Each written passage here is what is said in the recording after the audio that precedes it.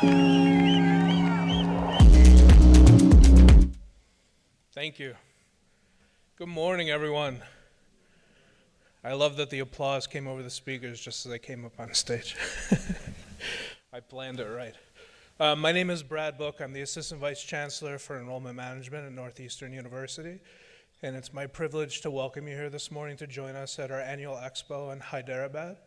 We have a team that traverses the globe starting this time of the year to recruit the best and the brightest students from everywhere to join us at one of our many campuses that we have. Northeastern distinguished itself amongst our peers for having a primary campus in Boston, but this year we're also adding New York City to our many campuses.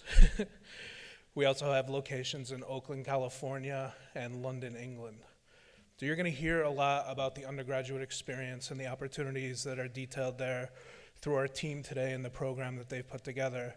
My job this morning is to more share with you some words of wisdom, which is an odd thing to say in some of my position, and you can judge me later on how wise they actually were.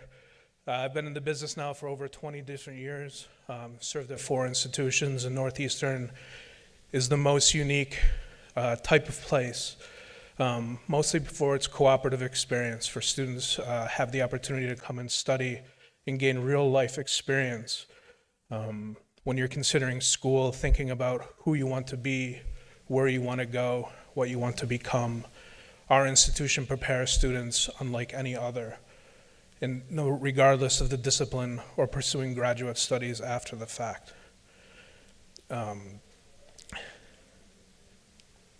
I've known after these many years that the longer I stand up here, the less likely a student is to look me in the eyes and think that I can speak directly to the student experience. So I speak more now in the phase as a father with a daughter who's turning a junior in high school this next year and beginning her own college journey. What I would say to you is that there are well over 5,000 institutions across the United States and over the world, and there is a home for all of you. It's the most unique and special time of your life that you're about to enter into, and finding a home, a place where you belong, is there for you. It's an anxiety-ridden process. All your dreams, your family, everyone's hopes, all poured into you.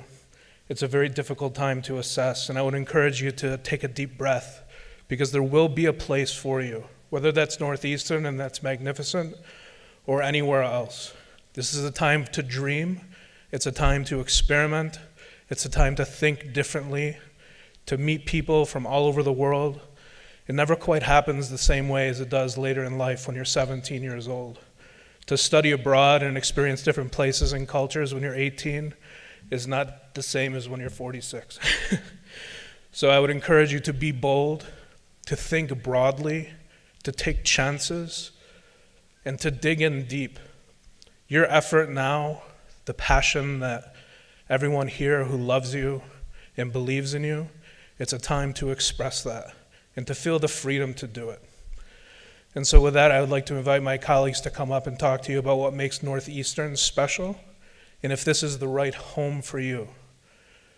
Take your time to evaluate if this is the place that you want to be a part of. We're unique, and you'll hear why, but there are many choices out there. You will find a home for yourself. So I would encourage you during this time, as I said, to just find peace in the process. Know that everyone who's here with you today believes in you, they love you, and they want the best for you. And if we can be that place, then that's fantastic. So I appreciate your time and coming out this morning. I hope you enjoyed breakfast and it offset a little bit of the rainy weather. And if we can be helpful in any way, please just let us know. Thank you so much.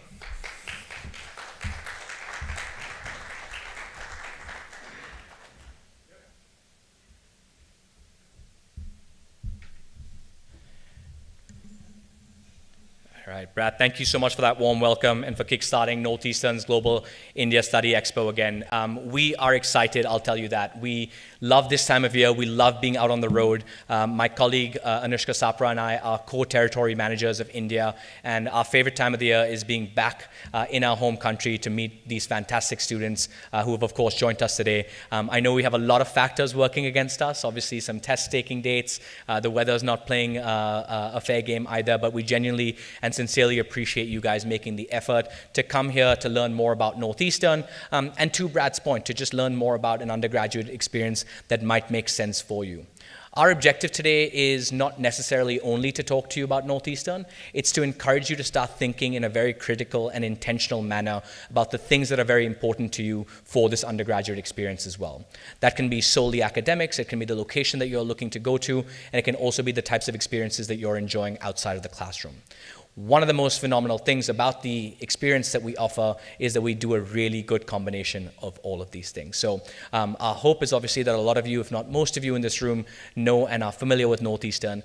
But as Brad mentioned, over the course of the next couple of hours, our intention is to really showcase to you why the Northeastern experience is so uniquely different from a lot of similar institutions, why picking an institution like Northeastern is providing you with a guaranteed global experience that's making you feel like a global citizen of sorts. At the end of today, I'm seeing a lot of nods from parents in the crowd. Today, of course, that transcript is very important. The GPA that you'll be getting and being awarded not only in high school, but also in university is exceedingly important. But it's how you apply those skill sets in the real world and how you choose to market yourself in front of that employer that's really going to set you apart.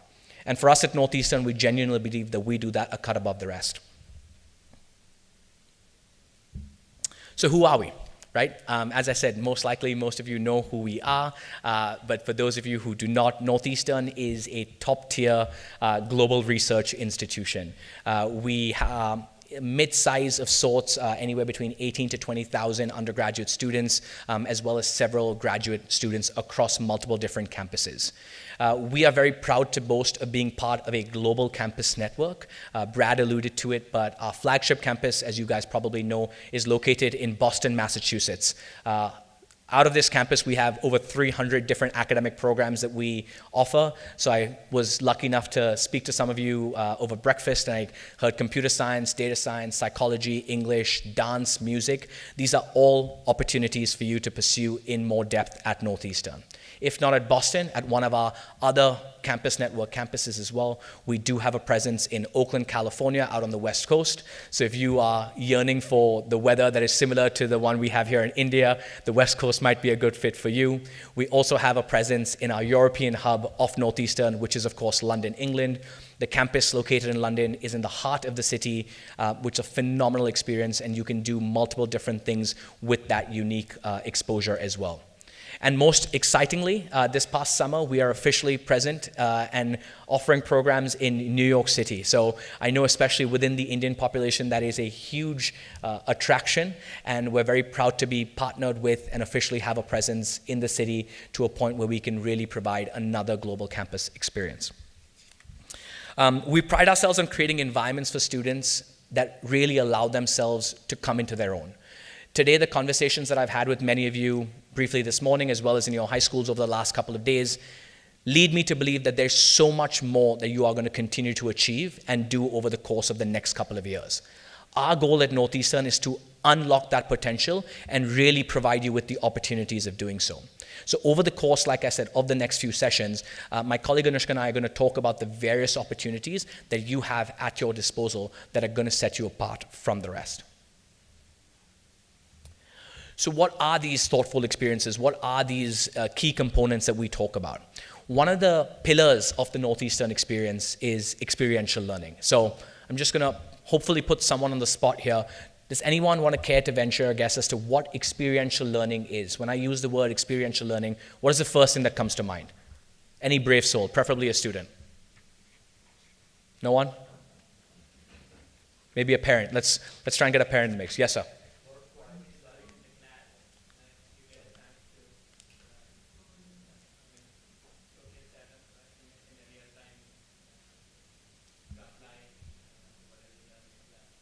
Absolutely, absolutely, spot on. So experiential learning is, again, the motto that we base our academic curriculum and our entire campus model on, is that we are less interested in the actual nature of the lesson that you are being taught and more interested in how you are applying that lesson and curriculum in the real world. Because again, the parents will nod to this. What you do in the real world is significantly more important and holds a lot more weight when you are applying for jobs and moving into that professional world as well. So the concept of experiential learning is firmly rooted and intertwined into the fabric of this institution. So regardless of whichever class you're taking at whatever level of your undergraduate study that you are currently at any one of our campuses, you can be rest assured that you are being challenged and encouraged to think outside of that textbook, outside of what you're being instructed to do. You're encouraged to ask the question why and why not, and challenge your peers who are coming from diverse backgrounds, to really try and see a different point of view, to see a situation from your optic that might be uniquely different from where you see yourself as well. As I mentioned, we've got over 330 different academic programs. So one of the most wonderful things about Northeastern is that when you are admitted to Northeastern, you are admitted to the university. You are not admitted to the particular major that you have put on your application as an intended major. We are very well aware of the fact that you guys are 17, 18-year-old students who are constantly going to be changing their interests and having those interests develop. And I always say this to both parents and students, is that I'm willing to guarantee you that over the course of the next 2 years of your son or daughter's experience at university, wherever it might be, something will be added to or something will drastically change in their interests and passions. And at Northeastern, we want to be able to help you pivot and move in these different directions as and when the opportunity provides itself. So you have up until those first 2 years to really explore and really find your calling. Because today, no matter which school you're in, whether it's a smaller international school, whether it's a smaller national school or a larger international school, the Indian curriculum is a little bit more confined than what we're looking and hoping to do for you in the Western world as well. Another thing that Northeastern really prides itself on is the academic support and guidance that students receive, not only through their academic curriculum, but also outside, whether it's in their dorms, whether it's on campus. That's another huge factor. And especially for the parents, I know that that's a huge factor for you guys as well. Y'all are making a sizable investment, not just monetary, but emotional and social as well, cutting the cord from your kids and letting them go so far away. I'm seeing a couple of smiles from the mothers and fathers in the audience. But it is very true, and it's very important to us to make sure that we are providing a home for your kids. And for the students in the room today, we want to make sure that we are providing a space for you where you can grow, thrive, and really explore different passions that you didn't necessarily know you had at that time. And then the last thing I'll say about the experiential learning piece is that every single student's journey is uniquely different.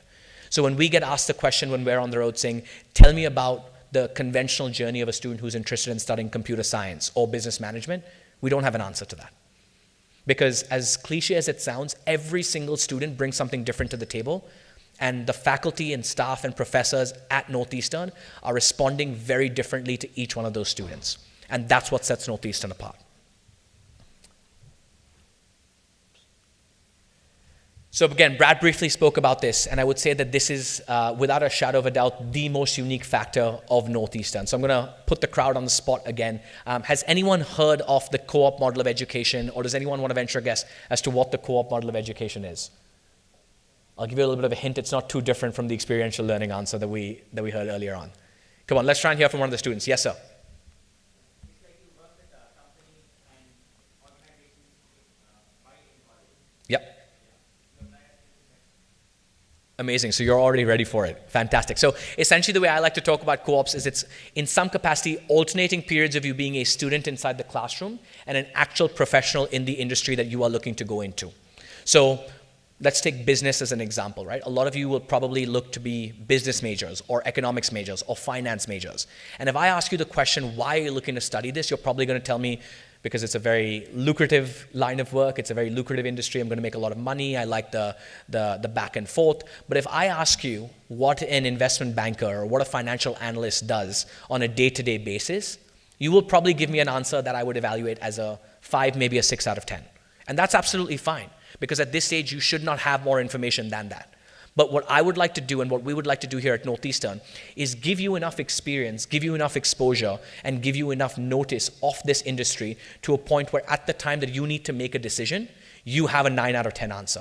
And how do we do this? We do this with those alternating periods of you being a student in the classroom and an actual professional in that industry. So to your point, so you're absolutely right. The co-op model is something that Northeastern was the pioneer in. We were the first institution in the US to start this, and for the longest time have been ranked as the #1 co-op employer in the country. The second semester of your second year is the earliest time that you can take a co-op. And for the purpose of explaining it a little bit more clearly, it's sort of what we call here in India an internship. Except for that 4 to 6 month period, you're not a student inside the classroom, you're not paying the university any tuition, and you're actually a full-time employee at said organization. Now that sounds like a pretty cool deal if you ask me. And you're probably thinking, Karan, this sounds fantastic, but how am I supposed to navigate the professional world and industry and find a job or find an internship or find a co-op? We've got that covered as well. We're not just glossing this up and describing it and saying find your own. We have over 3,000 different co-op employers and partnerships across the globe. So this is one of the most wonderful things, again, about Northeastern is that, especially for a lot of you students here from India, we give you the opportunity to maybe come back and do a co-op in your own hometown. You can do a co-op maybe in London. You can do a co-op maybe in South America. You can do a co-op in downtown Boston if you'd like. The opportunities that you have at your disposal to select from are immense. Every single student who is admitted to Northeastern is guaranteed the opportunity to take a co-op. You don't need to apply and be eligible for it. You are guaranteed the opportunity to take at least one co-op over the course of your 4 years. Most students will end up taking 2 co-ops within their 4 years and still graduate with plenty of time and plenty of opportunity to explore different academic subjects. But another really key important factor about our co-op model is that the vast majority of these experiences are paid experiences. So just to make this a little bit more clear, the co-op allows you to not be a student for a period of 4 to 6 months, not pay the university any tuition during that time, but actually be in the professional world, gaining experience, possibly be getting paid as well. Now, if that doesn't sound like an attractive and appealing enough picture, I don't know what does. And again, the reason we talk about this in so much detail is because we're very proud of being able to be the first institution in the country and the pioneers in this space as well, because we were able to identify that regardless of how you're doing academically inside the classroom, it's how you apply that in the real world that's going to really set you apart. One of the statistics that we're most proud about, which we'll talk about in a second, I think it's coming up next, but 57% of our students who have worked in and or done at least one co-op have been offered full-time jobs by that same co-op employer. So the best way to put the cherry on top of this co-op cake that I've created for you is you could actually very well have a full-time job offer before you've even graduated from university. And again, I see a lot of nods from the parents because that's the ultimate goal. The ultimate goal is for you to be gainfully employed and also be taking classes that you'd really like to take. So the co-op model on a whole is something that we really, really take very seriously. We hold as a feather in our cap, and we talk with a lot of pride. I see a hand, so if it's okay with you, can I park the question until the end of this? Thank you very much. 2 other things that I really want to talk about before moving forward is research is a central and focal part of who we are as an institution as well. We are one of only 150 R1 rated institutions in the country. And what that essentially means is that in order to be an R1 accredited institution by the Carnegie Science Center, what we need to be doing is investing at least $50 million every single year into undergraduate research.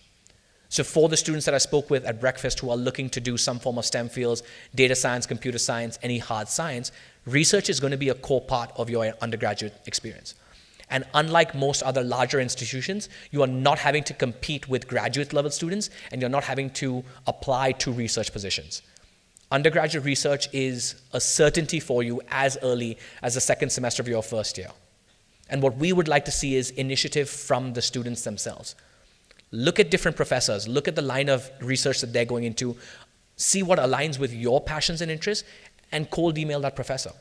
The amount of students that have been able to get successful research opportunities by doing so is fantastic and phenomenal. And over a little bit later in the morning, you're going to hear from 2 students who have had these experiences as well. And then the second thing that I want to quickly talk about is community engaged learning. Another key part of every single student at Northeastern is they're very empathetic and they're very compassionate about what they are doing.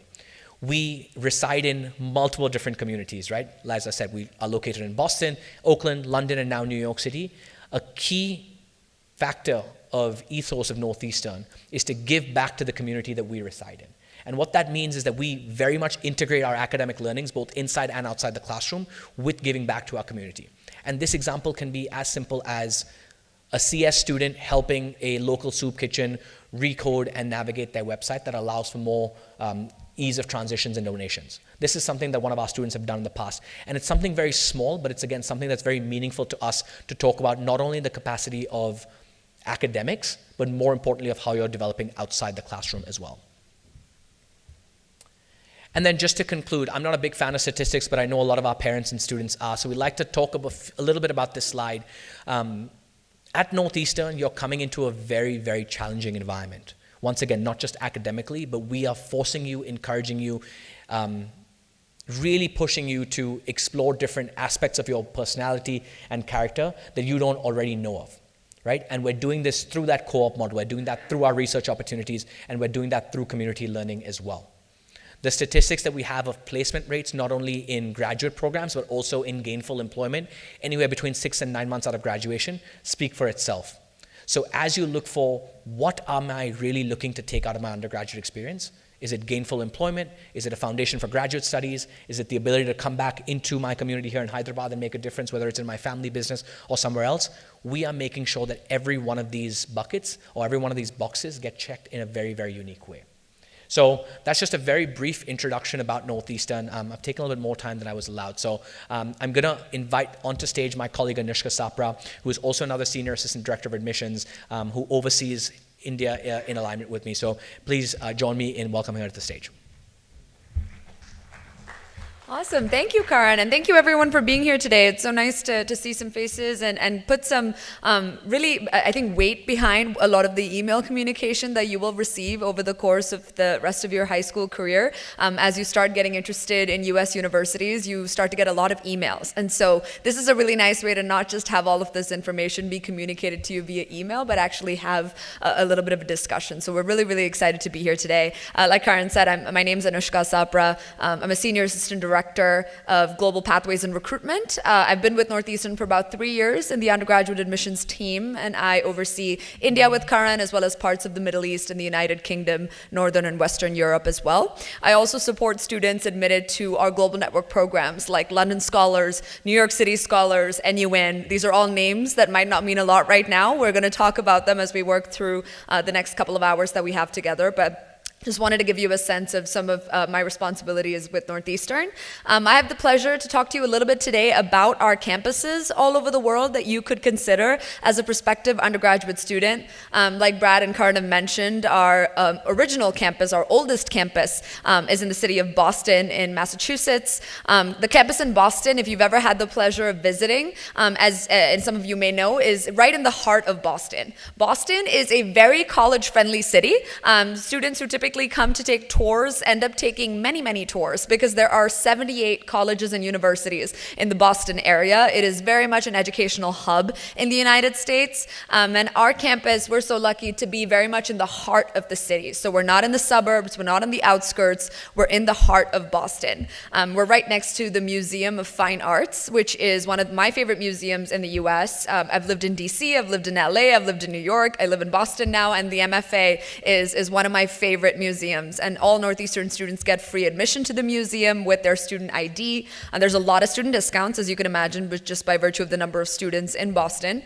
We're also about 15 minutes away from Fenway Park, where the Boston Red Sox, the city's baseball team, plays. I'm assuming there's not a lot of baseball fans here. I'm not a baseball fan either, but it is really nice to be able to go watch a baseball game in the summer. Students actually get $9 tickets to watch Red Sox games, and it's really, really part of the city's culture. It's a very big sports city, specifically for ice hockey, basketball, and baseball.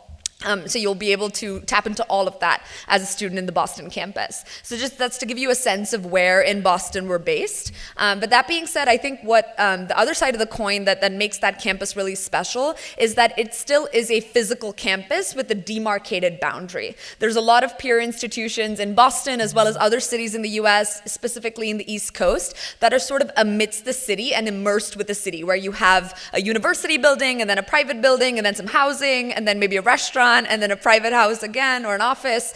It's sort of campuses that are dispersed into the city. We have the fortunate pleasure of our campus in Boston still having a campus boundary. So there's a clear campus boundary. Every building you're going to see on campus is a Northeastern building. Every person you're seeing is a student, staff, or faculty member. And so you kind of get the best of both worlds, where you are very much in Boston, but you get to be on a campus that still feels like a little bit of a special place that's only for your peers and other Northeastern students. And so that's a little bit about our campus in Boston. Also, we mentioned we have a second undergraduate campus in Oakland, in California. This campus is very different from the Boston campus. I think it's a really, really great fit for students who are not necessarily looking for a big city type of environment. Students who are interested in more of a green college town experience. The campus in Oakland very much feels like a little bit of an oasis away from a major city. If you're thinking about where it's located, there's a BART station right outside campus. BART is the Northern California railway system, the train system in Northern California, and we have a BART system or a BART station right outside campus that will get you to San Francisco in 15 minutes. So it's very, very close to a major city like San Francisco, but it is, like I said, just a little bit away, so you do feel like you're away from the hustle and bustle of it all, and you're a little bit separated, which can be a really good fit for some students. This campus is super green, it's lush, it's massive, it's about 120 acres, so it's very, very big compared to our Boston campus.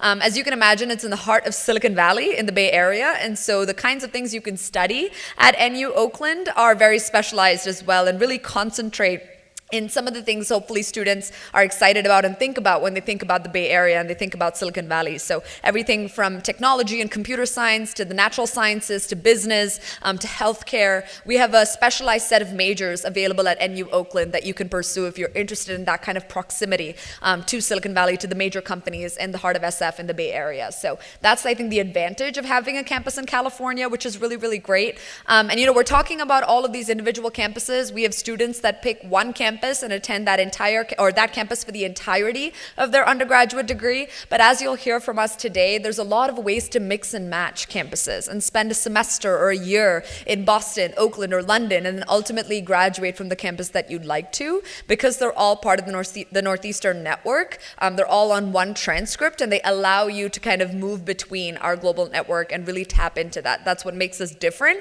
is that we're not just in one place. We are a global institution with campuses all over the US, all over the world. And as an undergraduate student, you can spend time across them. You don't necessarily have to pick just one for the entirety of your 4 years.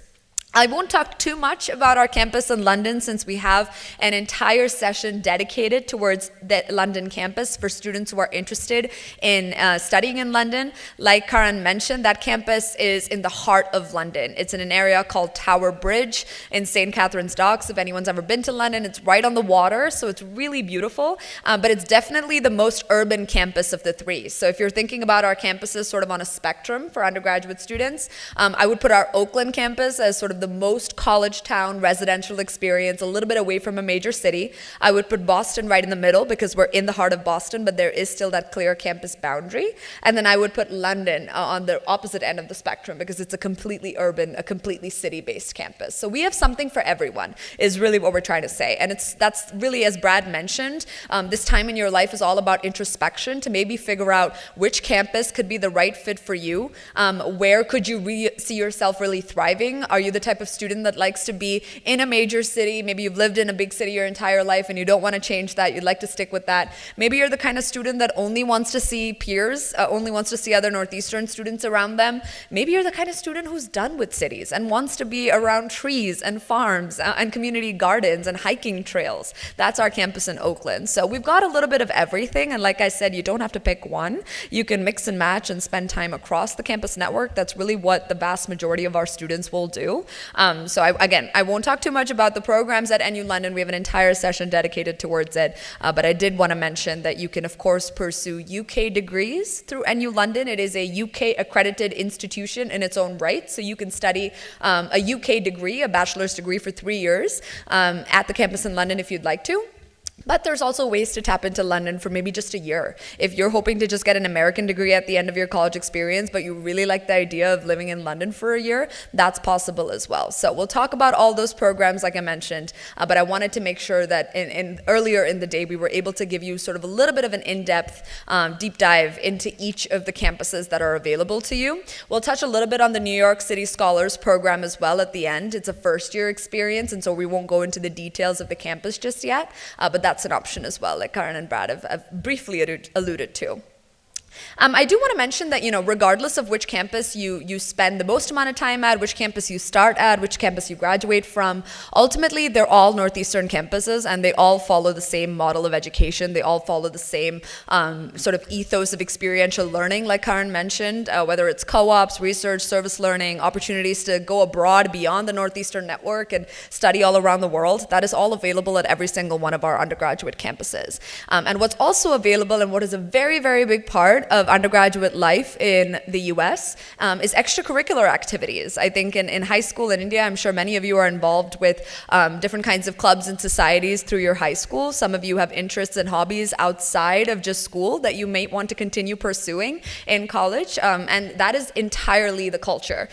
Most Northeastern students are involved in, I would say, at least 3 to 5 different clubs and organizations. Some students are overambitious and are involved with 10, 12, 15 different things, and some students find a couple of things that they really enjoy and they stick with them. But the point is that there are over 500 clubs and organizations that you can join across the campus network, from clubs and organizations in Boston to societies at NU London, which is what they call them.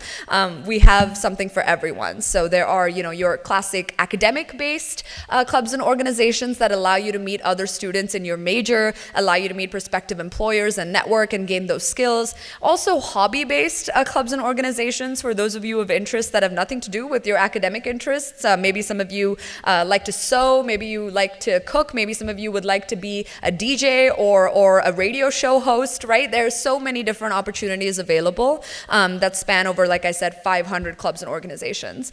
A lot of you might be playing sports in high school. You might be interested in continuing that in college, and that's absolutely available as well. Boston is a major sports city, like I said, but our other campuses as well have thriving sports cultures. If you're interested in playing sports for a US university, there's some terminology that gets thrown around. You'll hear commonly Division I or varsity level sports. That is the highest level, highest competitive level that you can play at the college level in the United States. I would not compare that to playing for your high school. Typically, students who are playing at the Division I level in the US they are typically at I would say the national or international or Olympic level of their sport. So it's a little bit higher than maybe if you've played for your school. I would not equate Division I and playing for your school. But the beauty about sports at Northeastern is that we have something for everyone. We have those Division I sports that are really exciting to go to the games, really exciting to watch the matches and cheer on the players and get that school spirit through that. But not everyone is a Olympic level athlete, right? And that's totally fine. And you might want to still play sports. And so one step below that is club sports. I would compare club sports to playing for your high school. So if you play for your high school in any capacity, in any sport right now, and you would like to continue sort of on that same level, still competitive, still, traveling, playing against other universities, but not quite at the Olympic or international or national level, I would say club sports is a great fit. And we have about 30 to 35 club sports teams, which is a great way to get involved. And then finally, for anyone in the room who just wants to have a little bit of fun and play a sport but not take it too seriously, maybe just a way to stay active and socialize and make friends, that is called intramural sports, and that's the lowest level of competition. It's really fun. Anyone can sign up. I think there's over 100 intramural sports teams available at the university, and that's just a nice way to meet people and make friends. And so we've got a little bit of something for everyone. I like to spend a couple minutes to talk about the opportunities in the sporting area. A lot of you are incredible athletes. Some of you might want to continue that. Some of you might be done with it. It's a high school thing. You don't want to continue it. That's totally fine as well. But we do have something for everyone, so I wanted to touch on that really quickly. And then ultimately, I think what's really important about Northeastern's academic community is that students come to us from all over the world. Perfect. They come to us from all over the world, and it is a very, very globally diverse campus. I'm not sure if this was mentioned already, but we actually have the second largest international student population of any university in the US. The number one spot is held by New York University, NYU, and then right after that is us, Northeastern. So when you come to Northeastern, to any of our campuses, you are joining a very, very globally diverse institution with students from all over the world. And what I think is really great is that, you know, it's one thing to bring students from all over the world to one campus or to many campuses. It's another thing altogether to support them after they've gotten to the campus that they'd like to get to, after they've reached university. And so we have an entirely dedicated to supporting international students office called the Office of Global Services, OGS. They're a fantastic office on campus. We work very closely with them, as you can imagine. Admissions and OGS work very closely together, but they are a fantastic resource. They not only support students in sort of the logistical work of securing maybe an F1 visa that you might need to study in the US. You need a document called an I-20. You might need a few other pieces of the puzzle. These are not things you need to worry about right now, but I wanted to mention, right? It takes a student visa to study in the US, and there's a few documents you need from the university to help you with that visa application. So it is the Office of Global Services that helps you with that process. There's also fun little perks that come as part of your student visa, as part of the F1 visa. Some of you may be really familiar with this terminology already. It's called the CPT, Curricula Practical Training. It's essentially a component of the F1 visa that allows you to work. So that is how students do co-ops, right? It takes is part of your CPT, which is included in your F1 visa. But there are some forms you need to complete and some things you need to be mindful of. So those are all things that the Office of Global Services supports you with. They're dedicated to making sure that every international student, every student on an F1 visa is able to participate in just as many co-ops as a domestic student. There is no difference in the number of the number of co-ops that a domestic US citizen can do versus an international student. And I think that's something that we're really proud of as well. Also, just apart from all of these little logistical things and technical things that the Office of Global Services supports you with, it's also just a fantastic resource to connect students with one another, to offer social activities, programming that could help you meet other students, that could help you connect with employers that are looking to hire international students specifically, that could connect you with some of the resource centers on campus that could support you if you are having a difficult time adjusting to college life, adjusting to life in the United States or in one of our global network campuses. But really they're there to provide not just, like I said, the technical and logistical support to get you to campus, but really everything that you might need, everything that goes as part of the international student experience, because it's so different. It's such a special experience and time in your life, and there's a lot of things that need to work to make it special, and so that's where the Office of Global Services is really dedicated to making sure that they can support you with that. So I wanted to give a quick shout out to them because they're one of my favorites.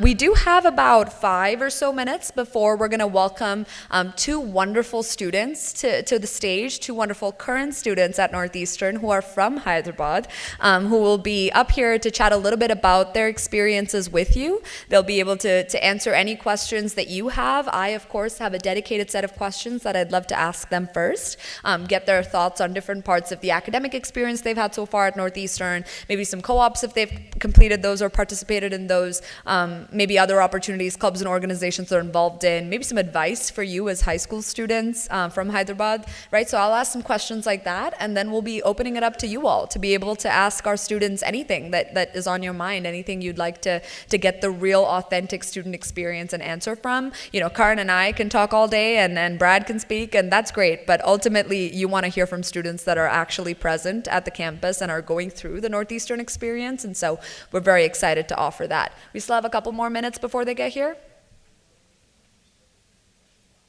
Yeah, awesome. So we're going to take a couple of minutes to get the chairs up, which our wonderful colleagues are going to help us with. But in the meantime, if there's any questions about anything we've covered so far, I know there was a hand up earlier that we weren't able to get to. Anyone, any questions about any material so far that we can answer for you before we dive into our student panel? Right there, sir.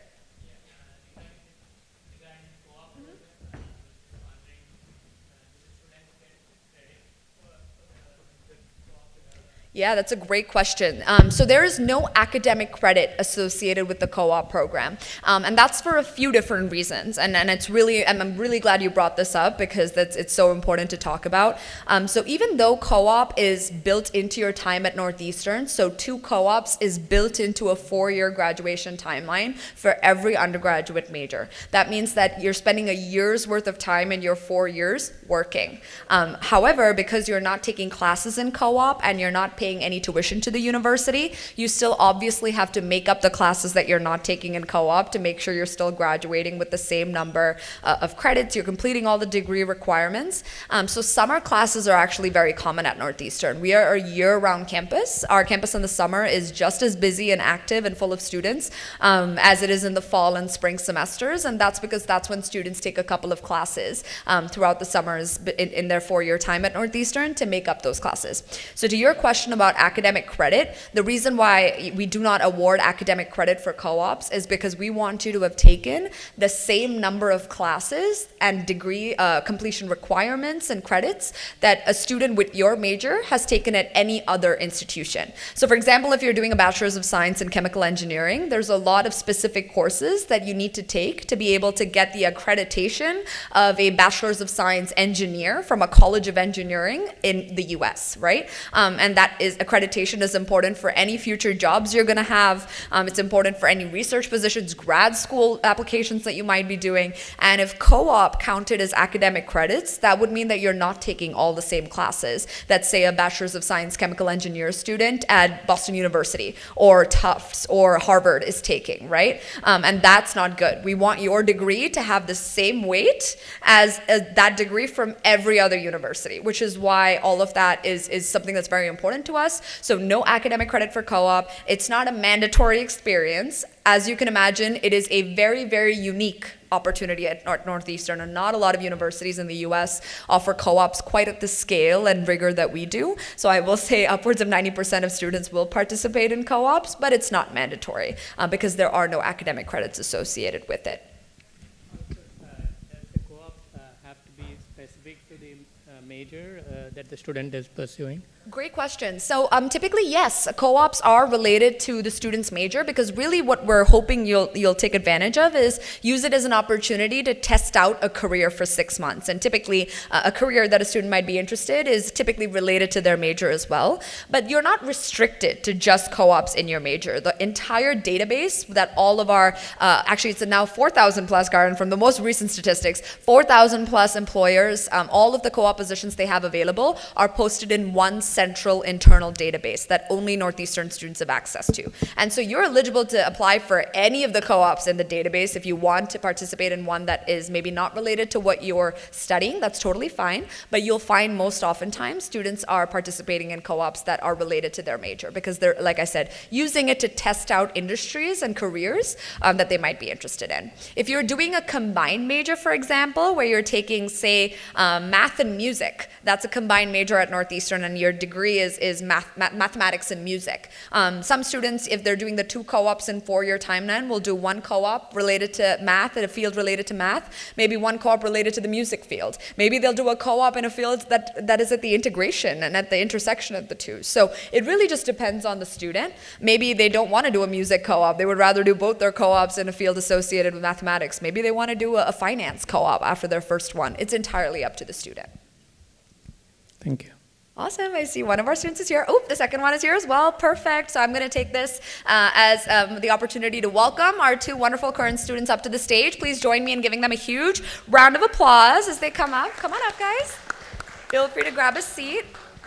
And can we have one handheld mic for the stage, and we'll have one that will circulate around for all of y'all after I go through and ask my questions.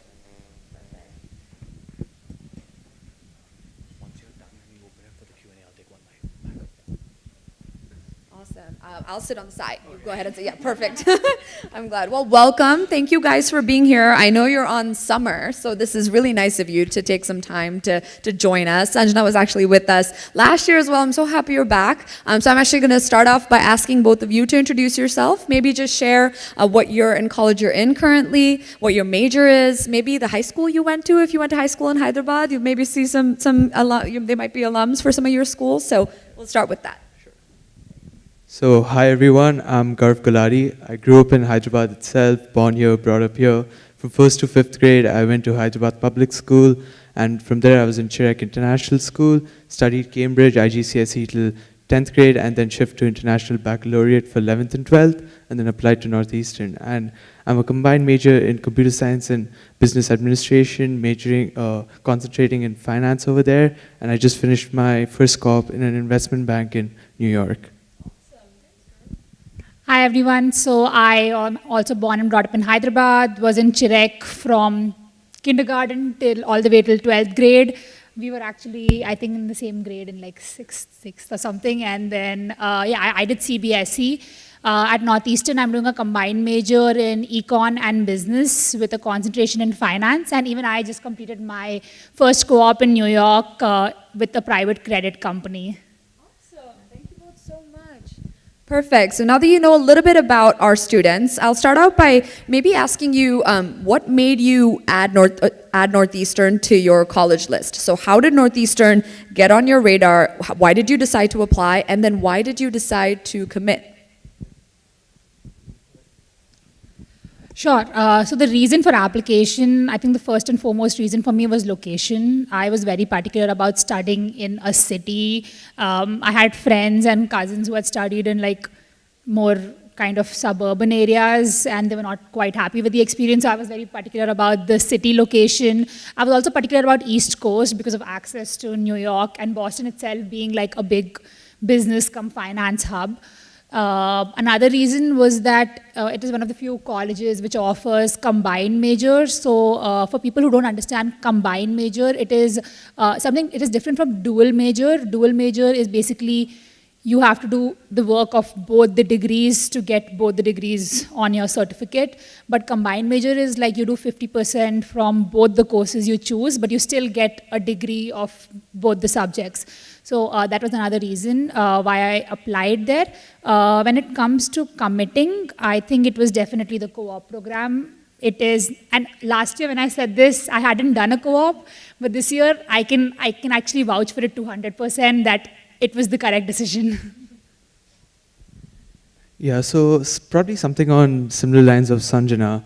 I think the main reason I applied to Northeastern was the combined majors. So we have over 180 combined majors, and you can do business and economics, you can do business and psychology, understand consumer behavior there. I chose to do CS in business. I actually came in as a computer science major, and I realized I wanted to learn the business side of stuff at an undergrad level, probably not do my MBA later on, that comes later. So I was like, why not learn the business side of stuff at a younger age? So that's why I decided to become a CS in business combined major at Northeastern. I think the co-op is definitely the best hands-on experience you could get, especially in a market like this in America where it's really hard to get internships right now. And going through the Northeastern portal, understanding how the co-op system works, and working for 6 whole months during your academic year is probably something no other college in the US offers. So that's what stood Northeastern out for me and made me apply there. Awesome. I actually found another mic. Perfect. So that one's for you guys. I'm going to pivot and go out of order. Y'all are talking about you both just had a co-op experience. So let's talk about it. What was it like? How did you feel ready to apply to a co-op? Did you get any help? A co-op advisor, prep class? I'm giving you some tips on what to say. Talking a little bit about what that prep experience was like to get ready to submit those applications. And then your actual experience in New York. What was that like? What were your responsibilities? How were your coworkers? Did you have a good time? Yeah, I think we actually became very close because of co-op, because Northeastern takes this effort to connect people whichever part of the world you get your co-op in. They have these new co-op connector dinners regularly where they make sure that all the Northeastern students who are co-oping in a particular city meet regularly. And about the applying process or the application process, the support from Northeastern is wonderful. I think they have a team of 40 to 50 dedicated co-op advisors.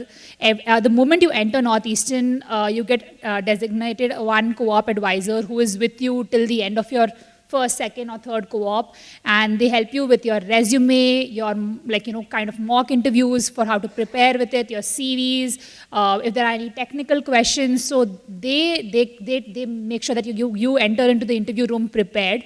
And in fact, I am going to be a co-op peer mentor this semester onwards. So there will be one co-op coordinator and there will be a student co-op mentor, and they together help you with the entire application process. And about the co-op experience itself, it was totally wonderful. Like being a 20-year-old in New York, managing a $5 billion portfolio, it is really, really bizarre. So I think I'll break this question down from the start. So as a rising sophomore, you have two options. You can go either for the fall co-op or you can go for the spring co-op. Both of these are really popular, most of the times equally distributed. And I was personally part of the spring co-op, which means you go on co-op in the spring semester. So from January to end of June. So during the start of the semester before you go on co-op, you get assigned, as Sanjana said, an academic advisor, you have your academic advisor, and then you have a co-op advisor. And I think that's the best part about the co-op experience. They help you with your resume, they tailor your resume, they help you add stuff to it which is required for the co-op, which will catch the company's attention. And then you get introduced to the Northeastern portal. It's called NU Works. And over there you have these bunch of companies, from startups to the biggest corporates in the world, that you can apply to. And they literally continuously support you until you get a co-op. I literally called my teaching assistant from Northeastern 2 weeks back, and she helped me with my resume even after I was done with my co-op. And the New York experience itself was great. As Sanjana said, you have connecting socials. They take you to different parts of New York to explore, meet other students. And yeah, we were able to form a group just through that, make new friends through that. And in most companies, you'll have other co-op students too. So you get to meet them literally in New York, you work with them, they probably might be on the same team as you. So I think that's the best aspect of being a co-op, meeting people from your own college, meeting people from different colleges, and learning from them on a day-to-day basis. Awesome. Thank you for sharing. That's so helpful. We've talked about co-op already in a couple of the sessions so far as really being sort of the distinguishing factor for students, something that sets Northeastern apart. I want to bring it back to academics a little bit. Talk a little bit about your academic journey. Did you know what you wanted to major in from the get-go? Have you changed your major at all? Did you know sort of in high school what you wanted to major in? When you got to Northeastern, it sounds like you added a combined major. What was that experience like? How did you get exposed to it? So I always knew I wanted to do something in the realm of business. Obviously, I entered Northeastern and there are 18 concentrations in business, and I'm like, okay, I thought business is business, because in India it is okay, you do BCom and that's it. And I entered as business and econ, combined major. Then I dropped econ. And I took data science, and then I dropped data science, and now I am business and econ again. So the journey is and it's nothing wrong. People pivot all the time, people pivot multiple times, and that is one of the best advantages of Northeastern, the flexibility they give.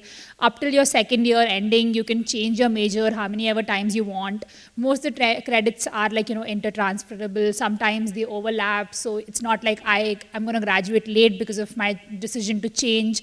The transition process is very smooth.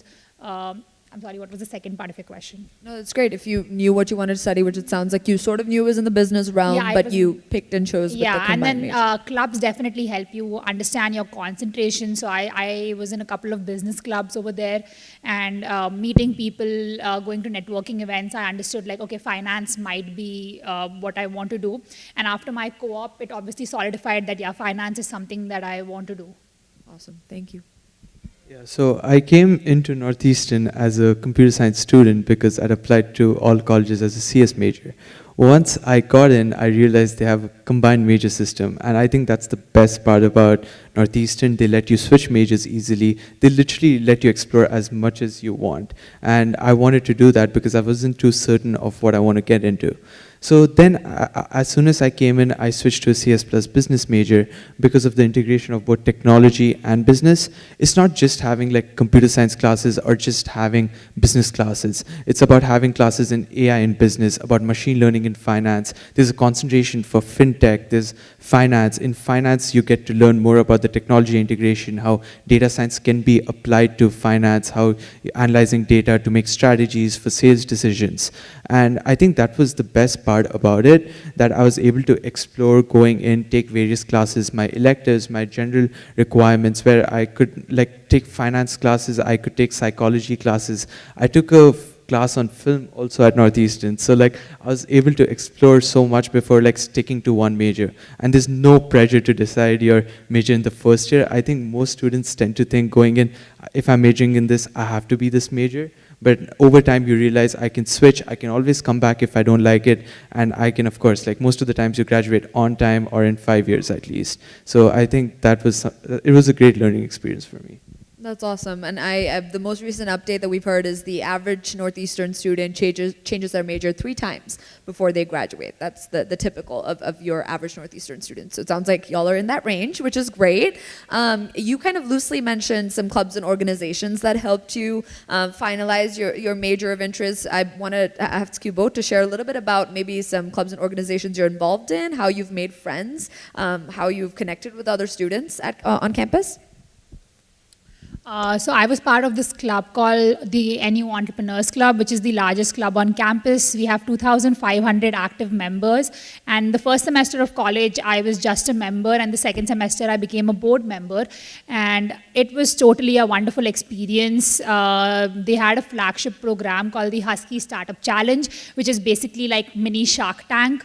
You go, it is a 12-week program. We help you everything from incubating your idea to pitching your ideas to investors. And at the end of the semester, if your idea is good, you get a cash prize of $10,000. So that was a wonderful experience, meeting new people. We are closely connected with alumni. They keep coming to our events, talking with us, working very closely. So that was one of the most important clubs I was part of, which helped me decide my career and academic journey. Apart from that, I was part of NU Utsav, which was the South Asian club on campus. We had cultural events and all the Indian festivals were celebrated there. We had like dance programs, dance competitions. So that was one club I was actively involved in. Not a club, but I was also a teaching assistant for accounting. That has been a great experience as well. You get to work closely with faculty over there, understand the subject even more. So I practically studied accounting for 3 semesters because I was learning it 1 semester and teaching it for 2 semesters. So that just kind of solidifies your foundation of the subject itself. So I was part of the FinTech Club at Northeastern first semester. So you get to build a project in the FinTech space, present it to everyone. You can get funding for it too. I think that was a good club to have on your resume for first semester. As part of the same club, Sanjana was also part of the Entrepreneurship Club, a huge club, a lot of people. Everyone wants to get into that club, showcase their startups. And I think that club really helped me build a personal brand over anything, like learning what an elevator pitch is, marketing yourself to companies, networking opportunities. I think that was a good part of the club. But one of the best clubs at Northeastern, probably one of the underrated ones too, is the Northeastern Consulting Group. So it's basically a consulting club, strategy consulting, and we were able to work with an actual $30 million company, which is a car transport company. And we had to build them a go-to-market strategy because they were currently B2B and they wanted to work in the B2C sector. So I think like learning how pitch deck works, like making presentations, market research, understanding different market insights. It was like an extra 1 credit class, a good time commitment, like 3 to 4 hours minimum a week. But I think I got to learn a lot with that. Like it was a very holistic approach.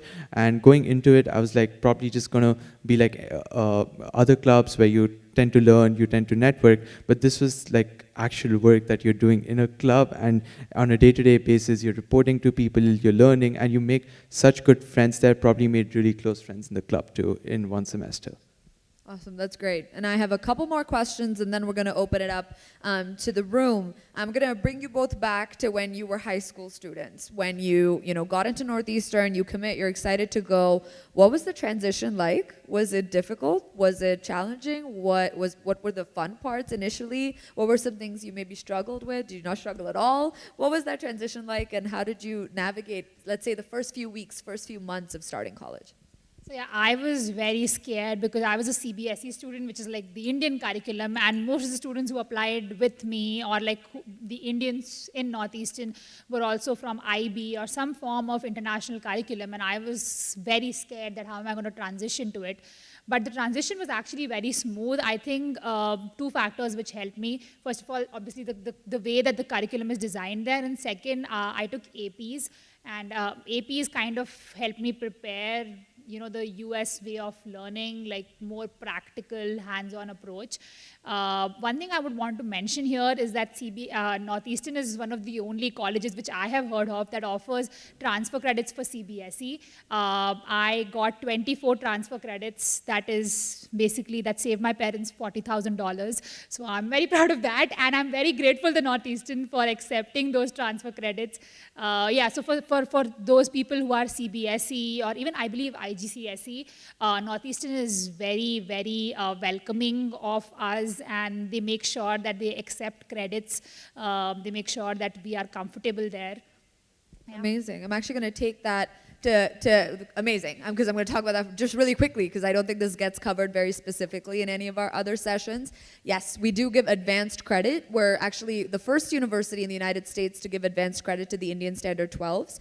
So students who get, I believe it's an 80 or higher if you're in the CISCE curriculum in your Standard 12 board examinations, and an 81 or higher in your CBSE Standard 12 board examinations, you will be eligible to get advanced credit for that. So you potentially would get waived out of taking some of your intro-level courses for your major. For students who are maybe in the IB curriculum, we will award advanced credit for your higher level subjects. If you get a grade of 5, 6, or 7 on those higher level subjects in your IB, you'll get advanced credit for that. And then for anyone in the A levels, we can chat because it's just a little bit more specific, but happy to take any questions about that in a one-on-one setting afterwards, because it gets a little bit more nuanced. But we do have one of the best advanced credit policies for a variety of international curricula, and like you said, for CBSE and CISC as well, which is not very common for US institutions. But I didn't mean to take away from your time. So yes, go ahead. So when you go into college, you assume it's going to be challenging. Probably you hear from your family, from your seniors in school, from all people around you. Your parents are concerned, like you're going to college, you're leaving home, you're going abroad outside India. And I think for me, it was both. It was a little scary at first. I was like, I'm going to be in a new country itself. I've been visiting the US since I'm a child. I have family that lives in New York, and I knew Boston would be a good location. It's a small city. I've been there earlier, but Northeastern's campus is so like well placed in Boston. It's in the middle of the city. You can literally walk around to the main parts of Boston, like 5 minutes away, 7 minutes away, and you're in downtown Boston. So it can't get better than that.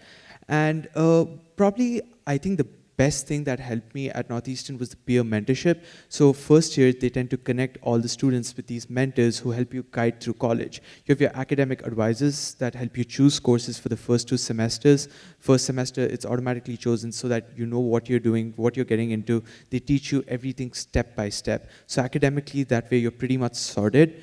And after that, you have, outside of that, you're introduced to different clubs. Every club tends to hold sessions before the commencement of the clubs. And in this sessions, every club is introduced to you. You get to learn what they do. You get to choose which clubs you want to get into. And I think that's where clubs shine. You get to meet a lot of like-minded people on a day-to-day basis, people who have similar goals to you, people who have been in similar situations to you, people you will meet on a day-to-day basis. So clubs are really important for making new friends in college, and I think that's what really helped me. And just meeting people in your dorms. I personally lived first year in Whitehall, which was the freshman dorm at Northeastern. Luckily, it's gone now, but yeah, it was probably the best way to make friends. We had all these CS majors, business majors in Whitehall. So on a day-to-day basis, I still remember freshman year, I would just go down, there would be the common room, and in the common room, everyone would be literally sitting and understanding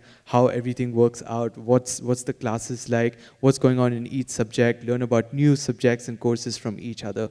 So your dorm mates, your roommates tend to become your best friends in college most of the times, and your clubs are probably the best way to make friends around college. That's awesome. And I have one final question, and then we're going to open it up to the room. I'll save a few for the end. I always have more questions. But I want to ask you, if you had to give a piece of advice, we have a lot of high school students in the room. Some of you all might be applying later this year. You're going to be, you're in grade 12. Maybe some students who are still in grade 11. If you want to just chat about maybe some advice you would give to someone going through the college admissions process, getting ready to submit applications to U.S. universities, to Northeastern, what would you say? I would say definitely keep Northeastern in your college list, because honestly, it was not one of my first choices. It was my second or third choice. But I am so happy that it was at least in my college list, because I think fit is something most college counselors or academic advisors talk about, and it is such an important thing. More than rankings are obviously no doubt the best for Northeastern, but yeah, the fit, that is important. For me, like the location of the college or combined major, co-op, there are so many factors that you can consider when it comes to Northeastern. Okay, leaving the Northeastern marketing aside, for every high school student, I would say, if you're still in 11th grade, start working on your Common App essay. I started working on my Common App 8 months prior, and it really helps. What I would do is, the moment I had some minor achievement in school, I would just jot it down on my phone, or any day you feel that you've accomplished something or you have had some form of growth, just jot it down. You never know, that might help you add it to your college essay. Make your college essay very authentic. It need not be connected to your major. I said this last year as well. My college essay was about cooking, which is not even connected to my business major, because cooking is one of my passions, and it really helped me grow as an individual. Since childhood, I have been part of cooking competitions, like MasterChef, not MasterChef, something on those realms. And I wrote about that. I wrote about how it taught me to be patient.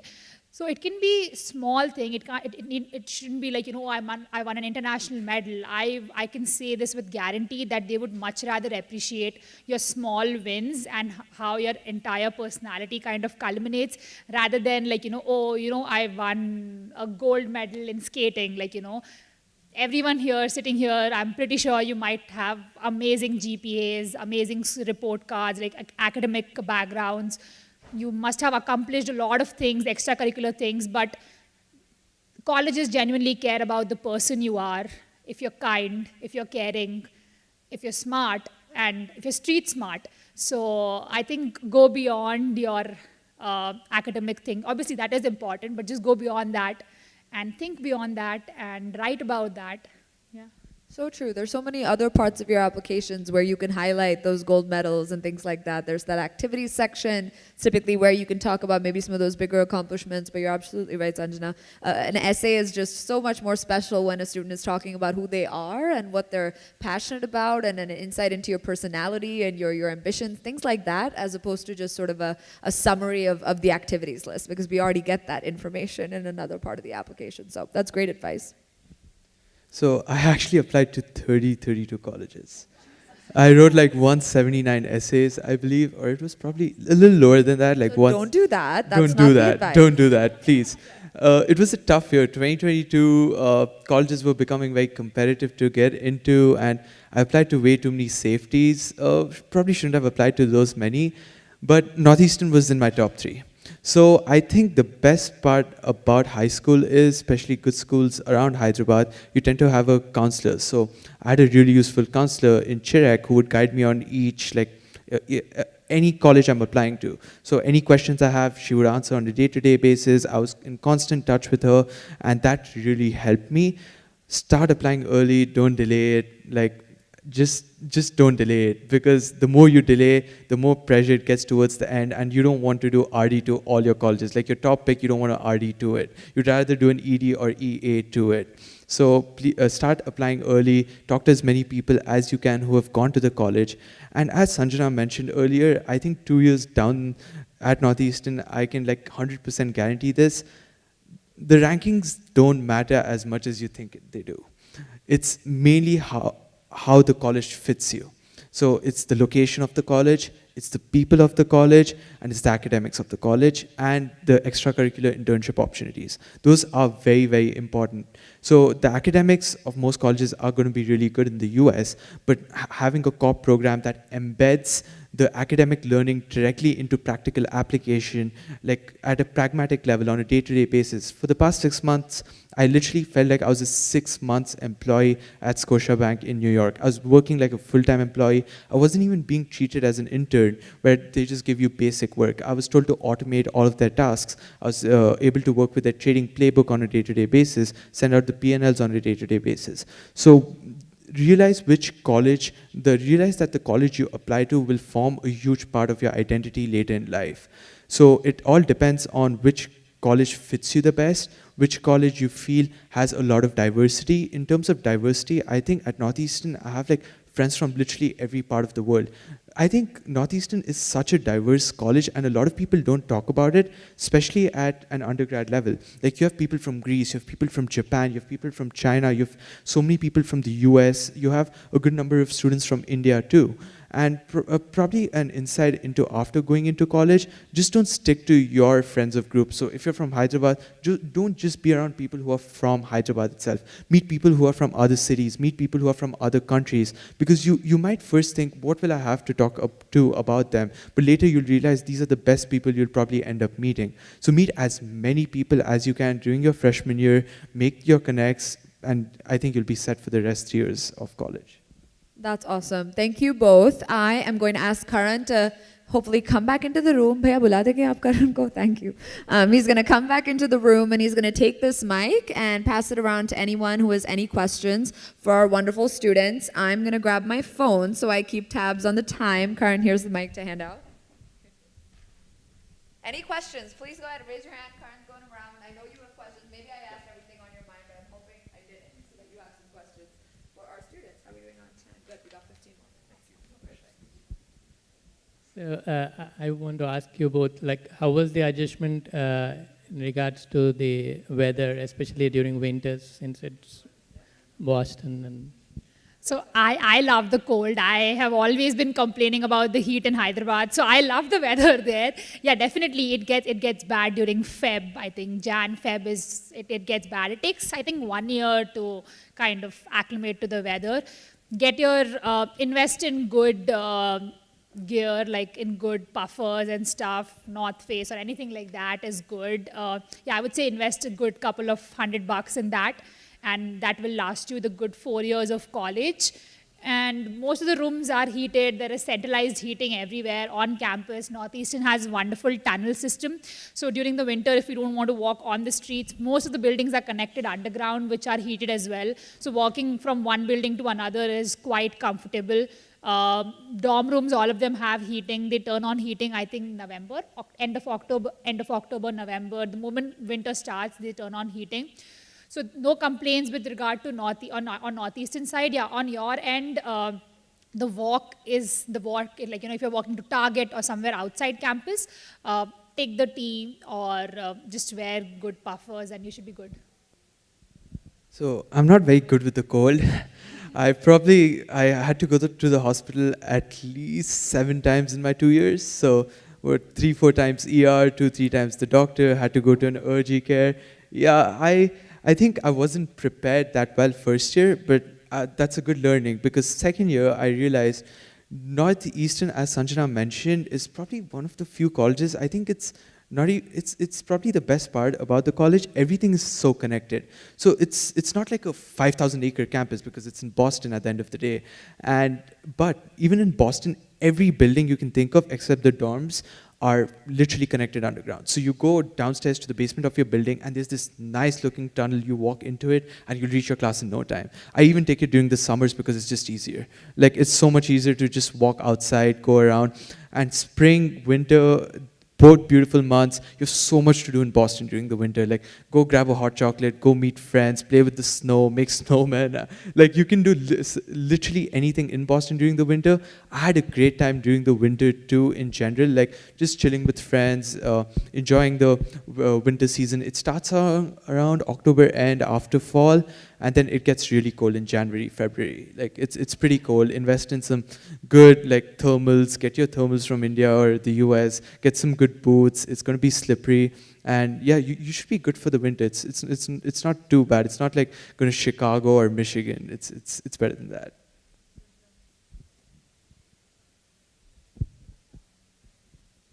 Hi, so I just wanted to ask about, like, financial aid. How is Northeastern with it?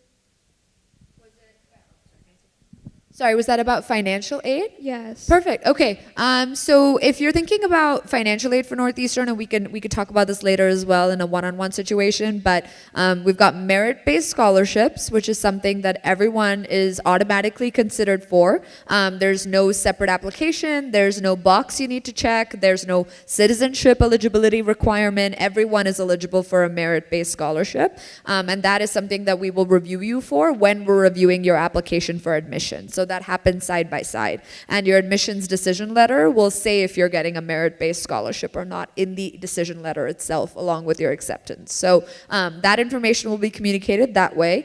U.S. citizens and permanent residents are eligible to receive need-based financial aid from the U.S. government and from Northeastern. There's a few documents you need to submit. It's called the FAFSA and the CSS profile. I'm not going to bore everyone with the logistics of it, but for anyone in the room that want to chat through maybe some of the details of need-based aid, which U.S. citizens and permanent residents are eligible for, I'm happy to chat about that afterwards. It's a little bit more specific. Thank you. Any other questions for our students? Right here in the front.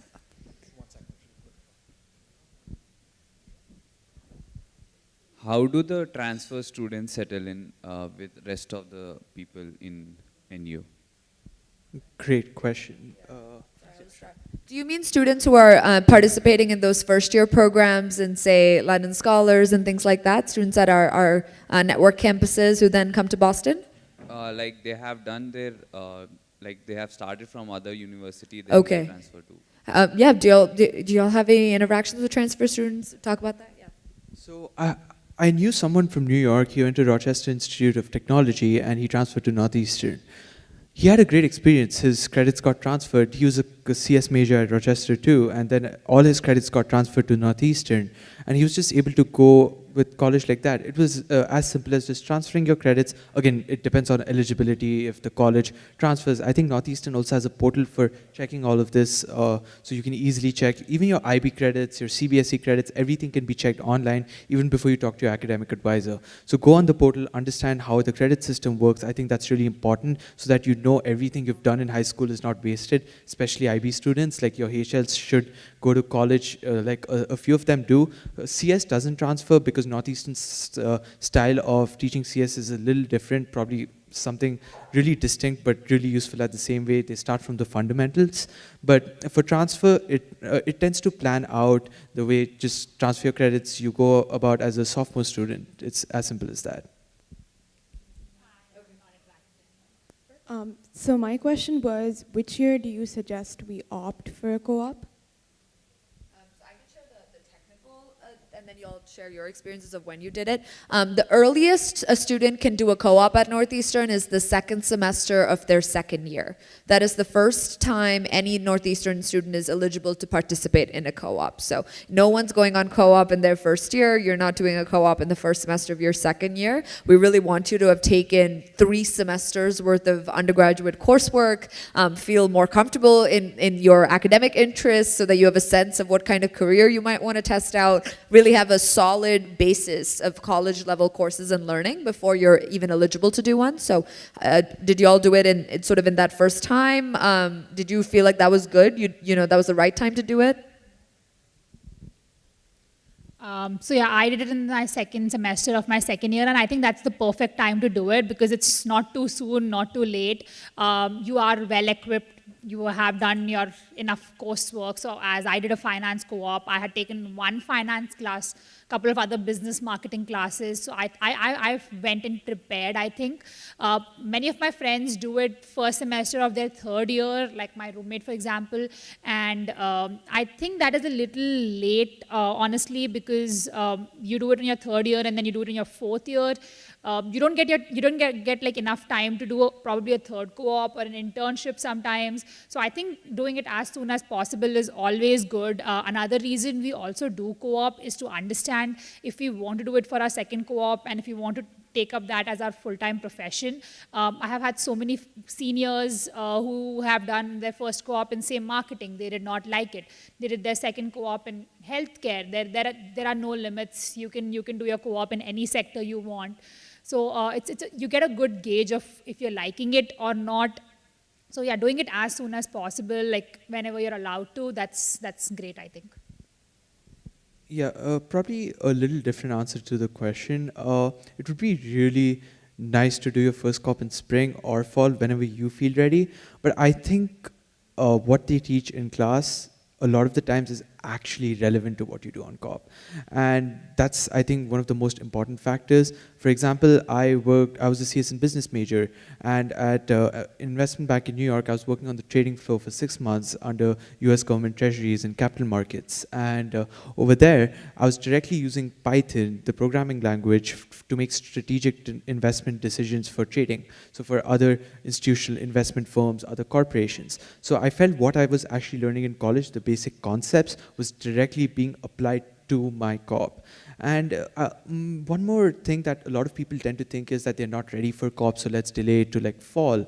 But if you're a spring COP and you apply, you get into a company, you'll never feel ready. Just go for it, try it out. It's not as bad as you think it would be. Don't get scared, try to just go there, meet new people, and you'll get comfortable in no time. Like, you're spending 6 months with these people. You will know them after a point. And I think that's the best part about having the COP program. You get to make these industry connections too. And they let you switch pretty easily between spring and fall too. So at like your last resort, you feel like, oh, maybe I want to do it earlier, so let me go to spring. You can always talk to your academic advisor. Your academic advisor is probably your single greatest source of strength. She or he will help you with literally anything, anytime, guide you in the right direction. So my son is still undecided on a major. So my question is, can we start off with just general education the first 2 years and then go with the major? Or if it's the other case, how did you balance your general versus your major core subject? So I'll start from the technical side of things. So we have a program called the Explore program. The Explore program is for students who are undeclared or undecided in their major. It is up to a 2-year program. So you can stay undeclared or undecided up until the end of your second year. That being said, if you start out in the Explore program and in the first semester or the first year, you figure out what it is that you want to do, you're welcome to leave that program sooner and transition into your major of choice. You're welcome to stay the entire 2 years to take your time to really test things out and then transition to your major of interest. So there is, like you said, you can change your major till the end of your second year. You can stay undeclared till the end of your second year as well. If you're in Explore, the benefit of a program like that is you have a dedicated advisor for the Explore program who's able to really meet with you on a much more regular basis than maybe if you were in another college, because what they're really trying to do is to get to the root of what you might be interested in. So they're going to recommend courses based off of your aptitude, based off of what you like. They're going to recommend courses around the university that they suggest you take to maybe test things out, see what you might like. Maybe you find a major by doing something like that. So there's a lot of hands-on support when you're in the Explore program to help you figure out what it is you want to major in. But again, even if you sound like you know what you want to start, you start in something, like both of you have mentioned, it's totally okay to change your mind. But if you're coming in undecided, that's totally fine. It's a major at university to be undeclared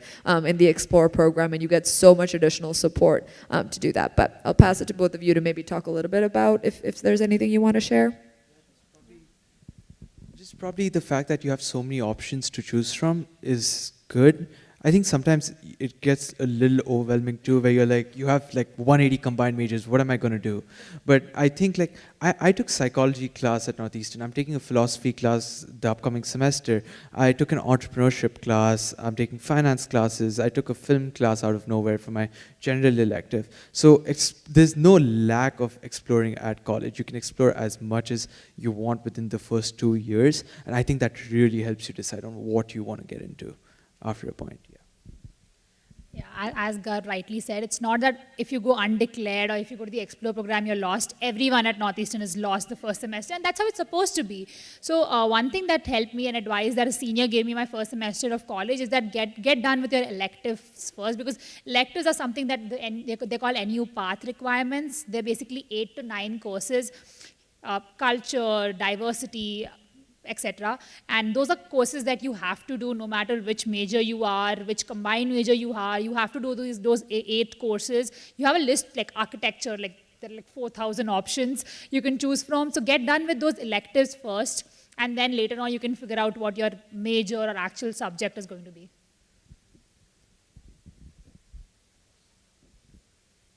Did you get any support from NU while you are applying to the college, or from any other college while you are applying to it?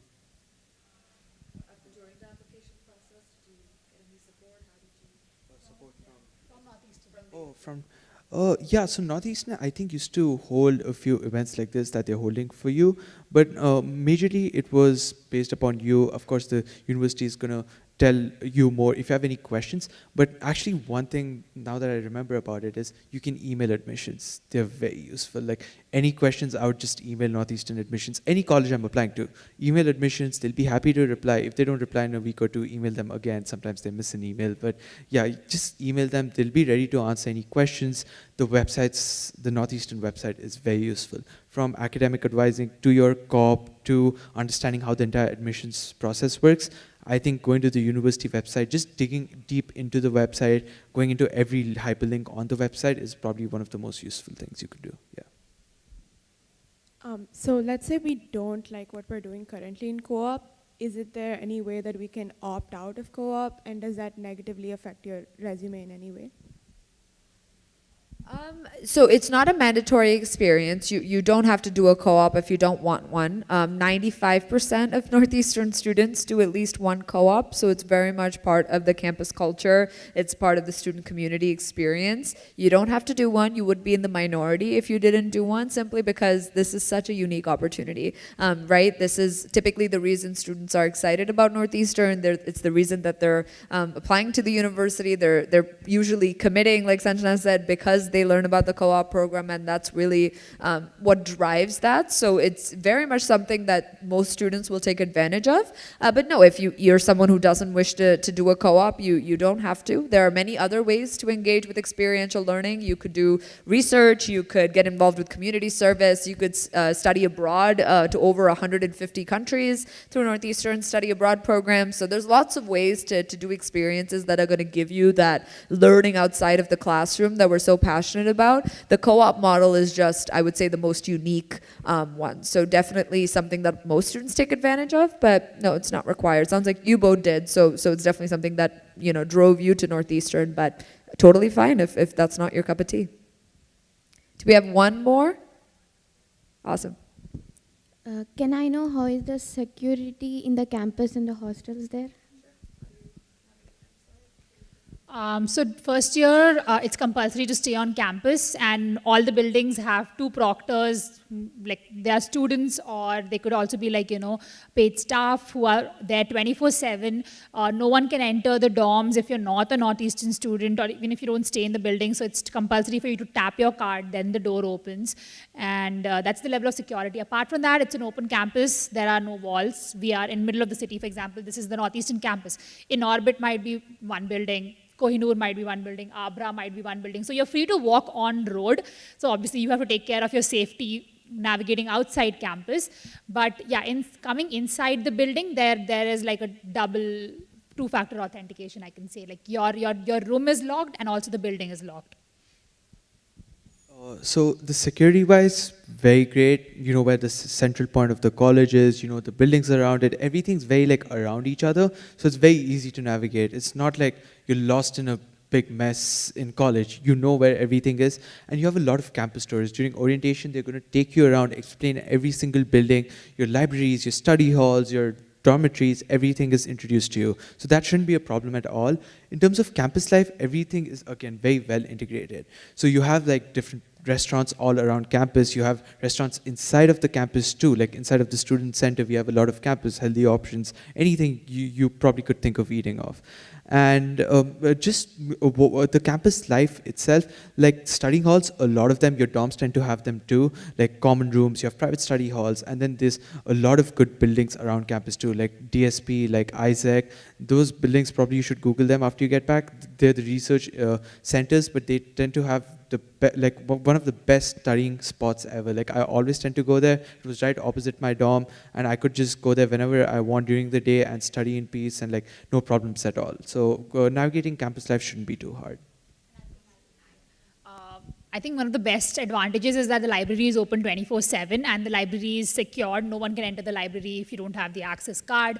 Your Husky card is literally your lifesaver, like don't lose it. That is how you eat food, that is how you enter your dorm. Now, luckily there is an app, so you can basically just get your Husky card on your phone. So I was careless, I lost my card a couple of times, but I always had my phone. So you can just tap your phone everywhere you go. And in terms of safety, like Boston is an incredible city, very safe. You don't for a second, like if you're walking back from library, back to your dorm at like 2 a.m., there's no harm at all. I felt absolutely safe walking late at night as well, which was actually quite a contrast to New York. New York was not the best, didn't make me feel the safest, and subway and all is not great at New York. But Boston T is really safe again. It is quite slow. Just you have to plan like 2 hours in advance. It is quite slow, but it'll get you there safely. Boston's 1,000 times better than New York in terms of safety, yeah.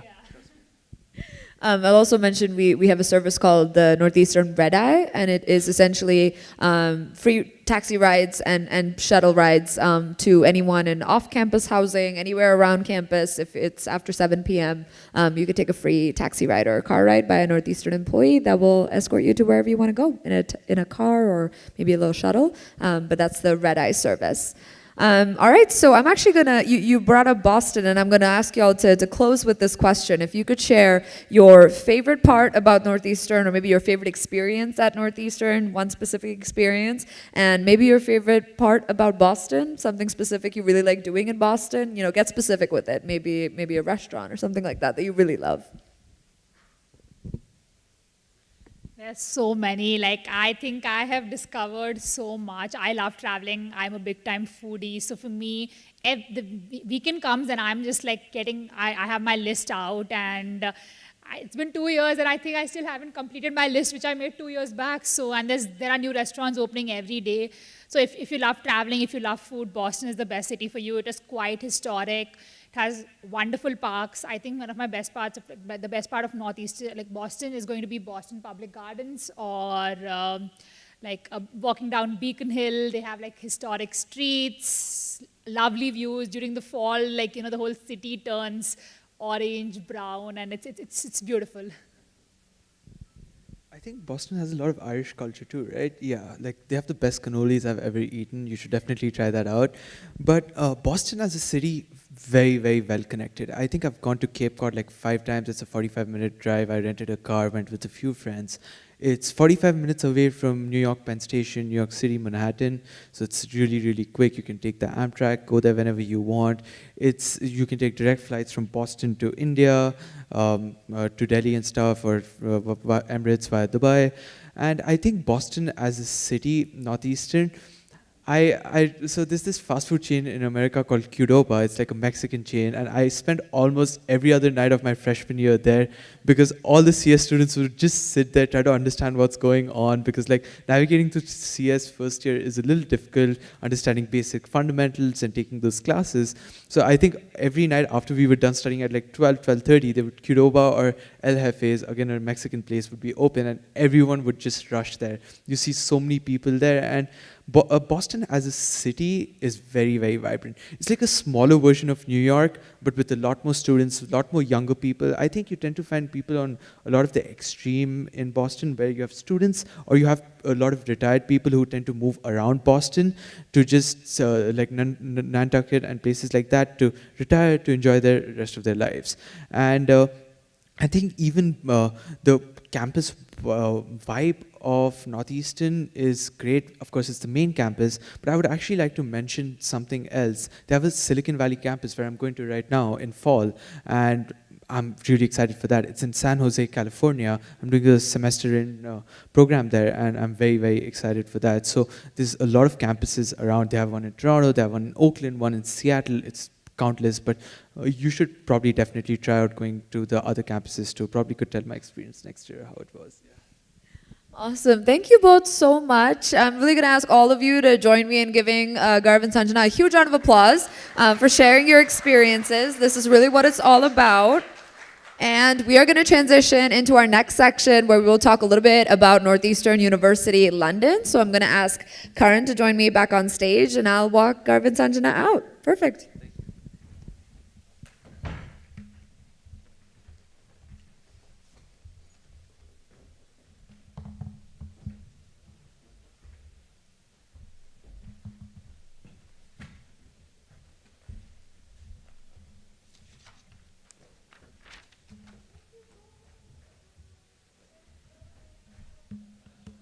All right, so everyone's still with me. I know we've thrown a lot of information at you over the course of the last hour and so, and we intentionally extended this session a little bit because, to Anushka's point, Anushka, myself, Brad, the rest of the members of our team can talk for days about how much we love Northeastern, how we think it's certainly a life-changing decision in many capacities, but to hear it from the students themselves, some of their experiences that they have been through and are going through actively on campus is very important for us as well.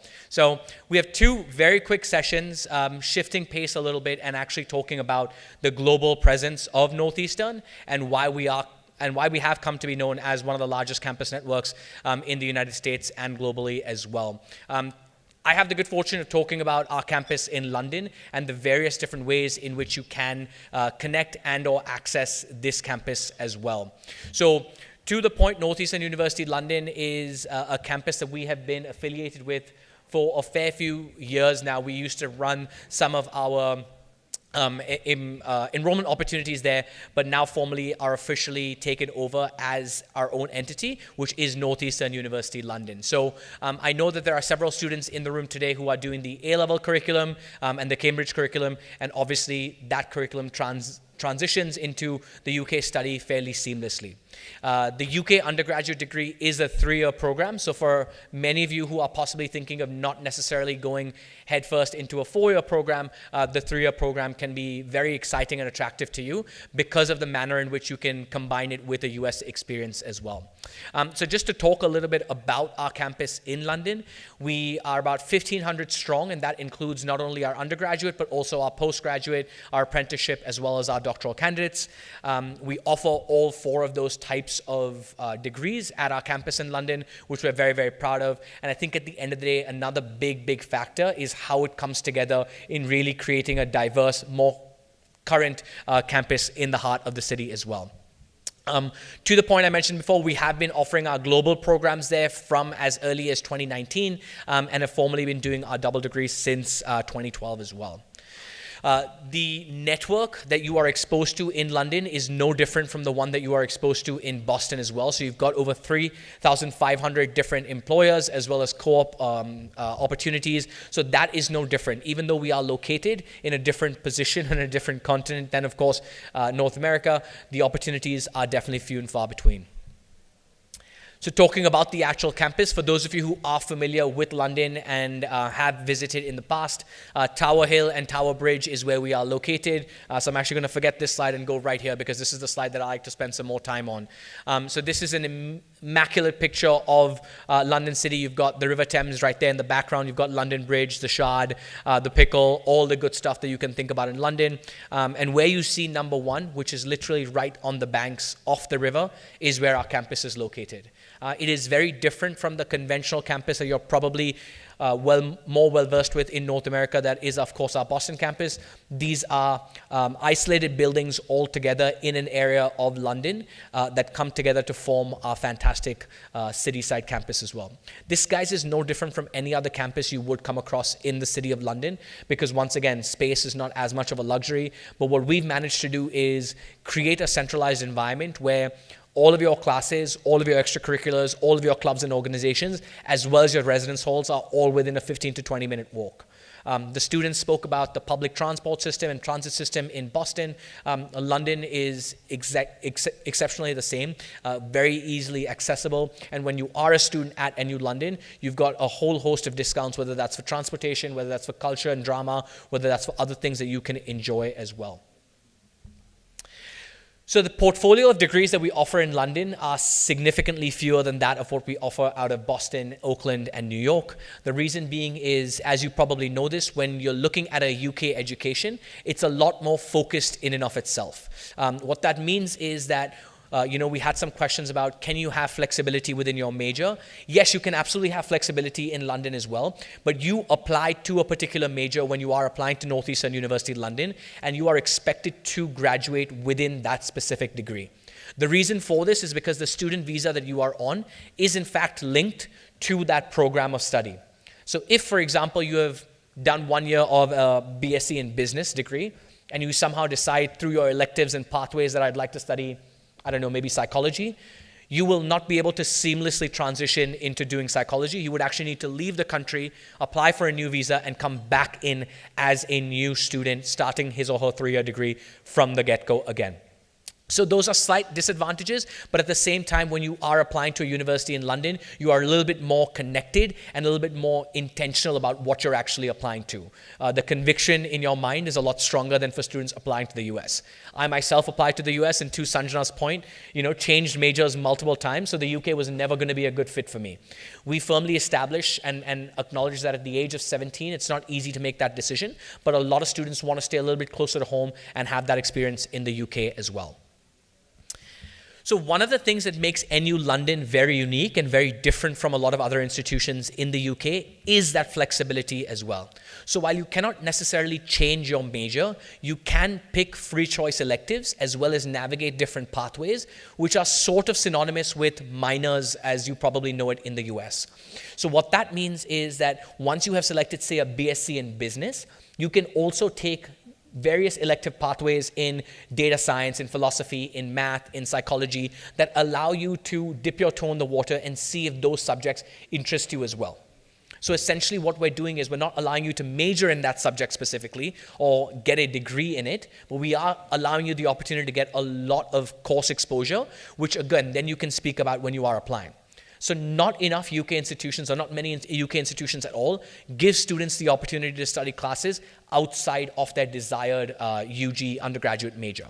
So this is something we take a lot of pride in, and we have at the forefront of our minds, because at the end of the day, once again, going back to the fact that at 17, 18, 19 years old, you're constantly going to be changing and having your interest evolve. So these electives and pathways have been designed and actually mimicked around what the US offers as minor subjects to give you choice, to give you the opportunity to explore other passions and interests that you have, just not in the capacity of an actual formal degree.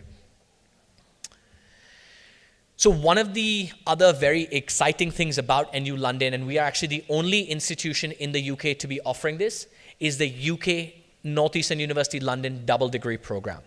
So what this allows students to do is that when you apply to us through the UCAS or our direct application link, you are admitted to our double degree program.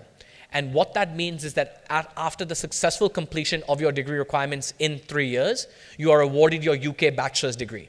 Students then have 2 options. The first option is to go out into the professional world and start their professional lives in the industry of their choice, come back home, whatever they'd like to go, or maybe even go on to graduate studies. Or alternatively, spend 1 additional year with us at our campus in Boston and get a second bachelor's degree. So the double degree in Northeastern University London allows for students in the duration of 4 years to receive a bachelor's degree that's recognized and awarded in the UK, and a bachelor's degree that is awarded and recognized in the US as well. So what that has done for students is that in a 4-year time, it's made you a significantly more attractive and appealing applicant in the job market. Once again, the parents in the room can probably relate a little bit more to this. The job market at the moment is currently very, very competitive, and we constantly go through, peaks and troughs of how inviting it is for international students and how challenging it is for international students.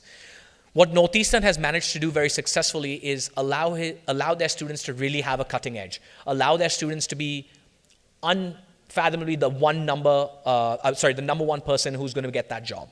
So students who want to make the most of this opportunity are automatically admitted to this program. After the completion of year 3, you do not need to send in a separate application. You do not need to have a particular GPA. If you are in good academic standing, which of course if you're graduating from NU London, you most definitely are, you are automatically admitted to that program and have the opportunity to do so. One thing I would like to stress with the double degree is that the advising and guidance that students have from the get-go as soon as they arrive at Northeastern University London, if not even before the summer that they get to campus, is immaculate.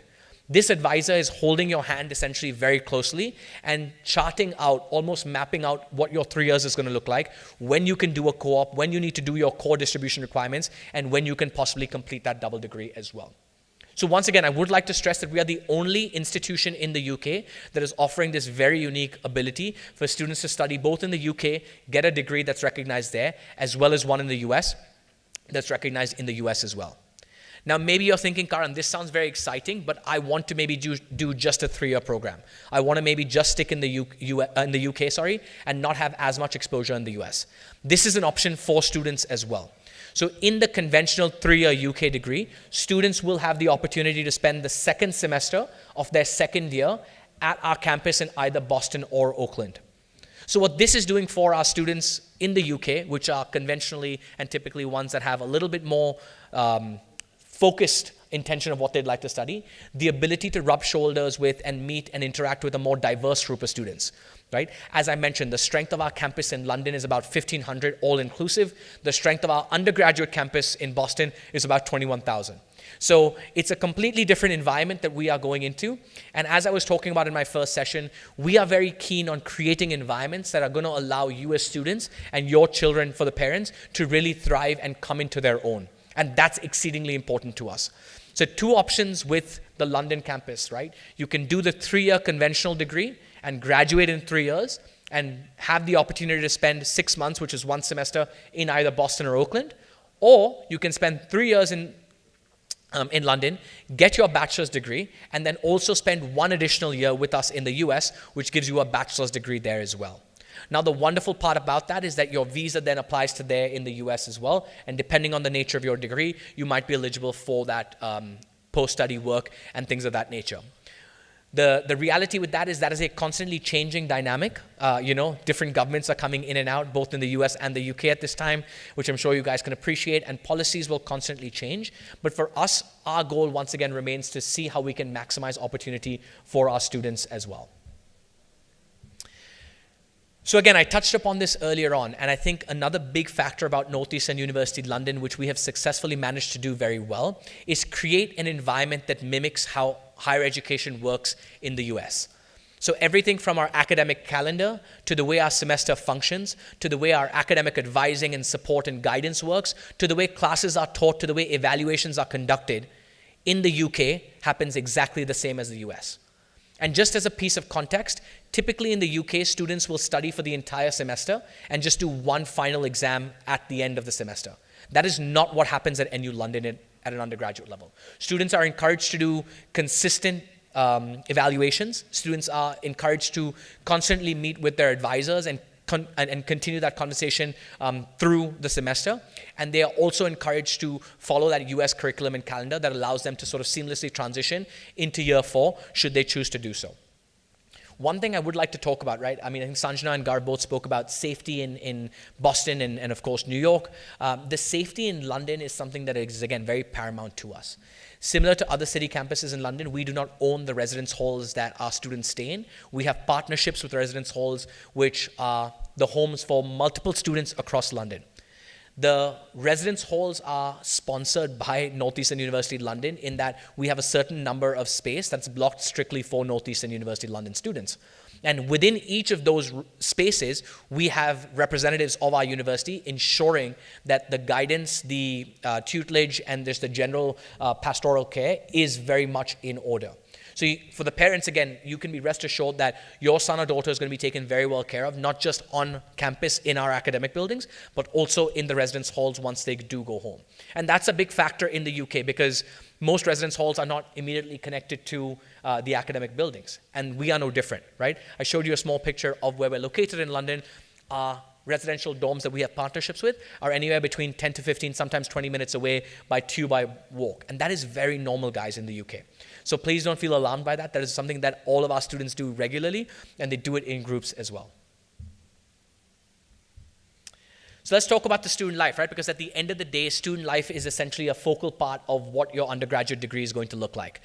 We spoke about the various clubs and organizations that are available to students in Boston, in Oakland, in New York.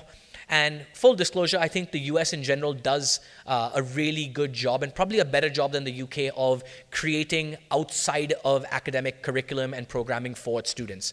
But Northeastern University London is very unique in that any single club or organization that you can think of, we have it on offer. And if it, for whatever reason, if it's not there and you have an interest in it, you can certainly build it out with our student union, as well as create more funding for it. So a great example is our Taylor Swift Club. Taylor Swift is arguably the most well-recognized phenomenon in the world today. I don't argue that she's a performer or an artist. She's an absolute entrepreneur in her own right. Students have created a Taylor Swift Club, right, and a society where, whether it's going to concerts, whether it's discussing how she's doing business as part of her thing, that's the difference and overlap of how the Northeastern education really works. Our community is very, very close-knit. So once again, our community is smaller than that of Boston, Oakland, and New York, but it's very close-knit in that even after classes, we've got several open spaces, campus hubs, student centers that allow for students to interact. So another huge thing that students and parents sometimes wonder is, when I send my child to London, how connected do they feel to a community, right? The answer at Northeastern University London is very. Because let's not forget, not only do you have the company of fellow NU London students, you are also rubbing shoulders with several students on mobility programs. And Anishka is going to quickly talk about London scholars, New York scholars, Oakland scholars right after this to talk to you about what that entails. But a lot of students who are studying in the US are actually doing semesters with us in London as well. So not only do you as a student at London have the opportunity to go to the US, a lot of students in the US have the opportunity and are coming on mobility to Devon House, which gives them the ability, which gives domestic UK students the ability to really make the most of that diversity as well. So I want to talk about admissions, because admissions to Northeastern University London looks a little bit different from a lot of other UK institutions as well. Quick show of hands, who's familiar with the UCAS? Have we heard of the UCAS before? Yeah, so we've heard a couple of, there are a couple of hands, but essentially the UCAS is what the common application is for the US, the UCAS is for the UK. It's an application platform through which you can apply to us if you'd like, and we have rolling admissions of sorts. So applications will open as early as 15th of October, and they go through till the end of January as well. You can only apply to a maximum of 5 universities on the UCAS, but the advantage of Northeastern University London is that you can also use our direct application link to apply to us directly. Furthermore, because Northeastern University London is a part of our global campus network, you can also use the Common App to apply. But at the end of the day, I would say that if you are applying for our 3-year degree or our double degree, I would firmly encourage you to use either the UCAS or our direct application link. So different to the US, which follows a holistic evaluation process. People familiar with a holistic evaluation process? Yeah? Can I ask someone to tell me what a holistic evaluation process is? Anyone want to? Yes, in the back.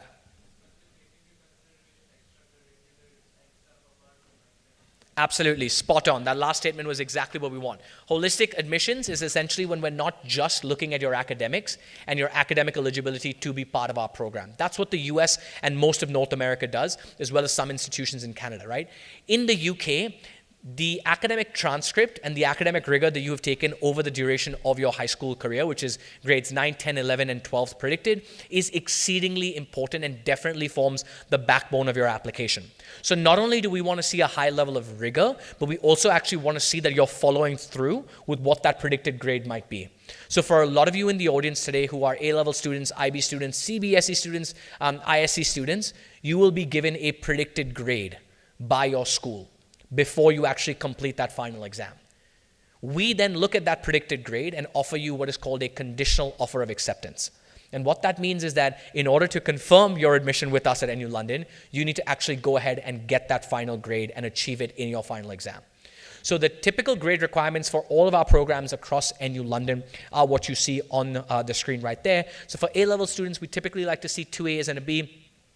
For IB students, we like to see a 35, sometimes a 36 overall for certain programs, with a 6.65s in your HLs. And then, of course, for CBSE, ISC, and different other local boards, we have equivalent transfer scales, which we can get into more detail as well. But largely speaking, I will say that even if for whatever reason, God forbid, you have missed your IB condition by a point, or instead of an AAB, you have a BBA, there are ways in which students can still be eligible to make that conditional offer into an unconditional offer. Given the fact that we are a slightly smaller campus among our global campus network, we have the ability to really look at a student's application with a lot more detail and sort of go through it with a fine-tooth comb and saying that, all right, we can still possibly make this work. At the end of the day, one of our, if not our most key priority is to do you a service to make sure that once you arrive in our academic community, you are thriving in our classrooms. And what that means is that today, if you're a student that has a 32, that doesn't mean that you're not an intelligent student. You're a fantastically intelligent student, and we know that you're going to find a phenomenal home. But does that 32 give me confidence that you're going to be able to thrive in my Northeastern University London classroom? May not be as smart, because if I admit you and you come, you might actually be struggling more than you might be thriving in another place. So hopefully that makes a little bit of sense in terms of the academic conditions. We don't have any academic interviews or admissions interviews as part of our process. That being said, we do encourage students who are in and around the London area to visit our campus and speak with members of our team. Our team is fantastic there, and we've got a very diverse group of people who are always looking to spend time with you and really understand your application in more depth as well. So that UCAS will have a lot more objective questions as compared to the common application, which asks you to talk about your narrative, which asks you to share some additional information with us, right? Which gives you the opportunity to share a 650-word essay, which can be very subjective in nature and really allows you to go any way you'd like with it. The personal statement, on the other hand, needs to be a lot more focused. If you are picking a BSc in business, I want to know why you're picking that degree. I want to know what classes you've taken in your academic curriculum, grades 11 and 12, that lend support to you taking business. I want to know what aspect of this business degree you're going to be using in the intended professional field that you want to go into. So as you can see, very specific questions that we look for in that personal statement when we are evaluating this as well.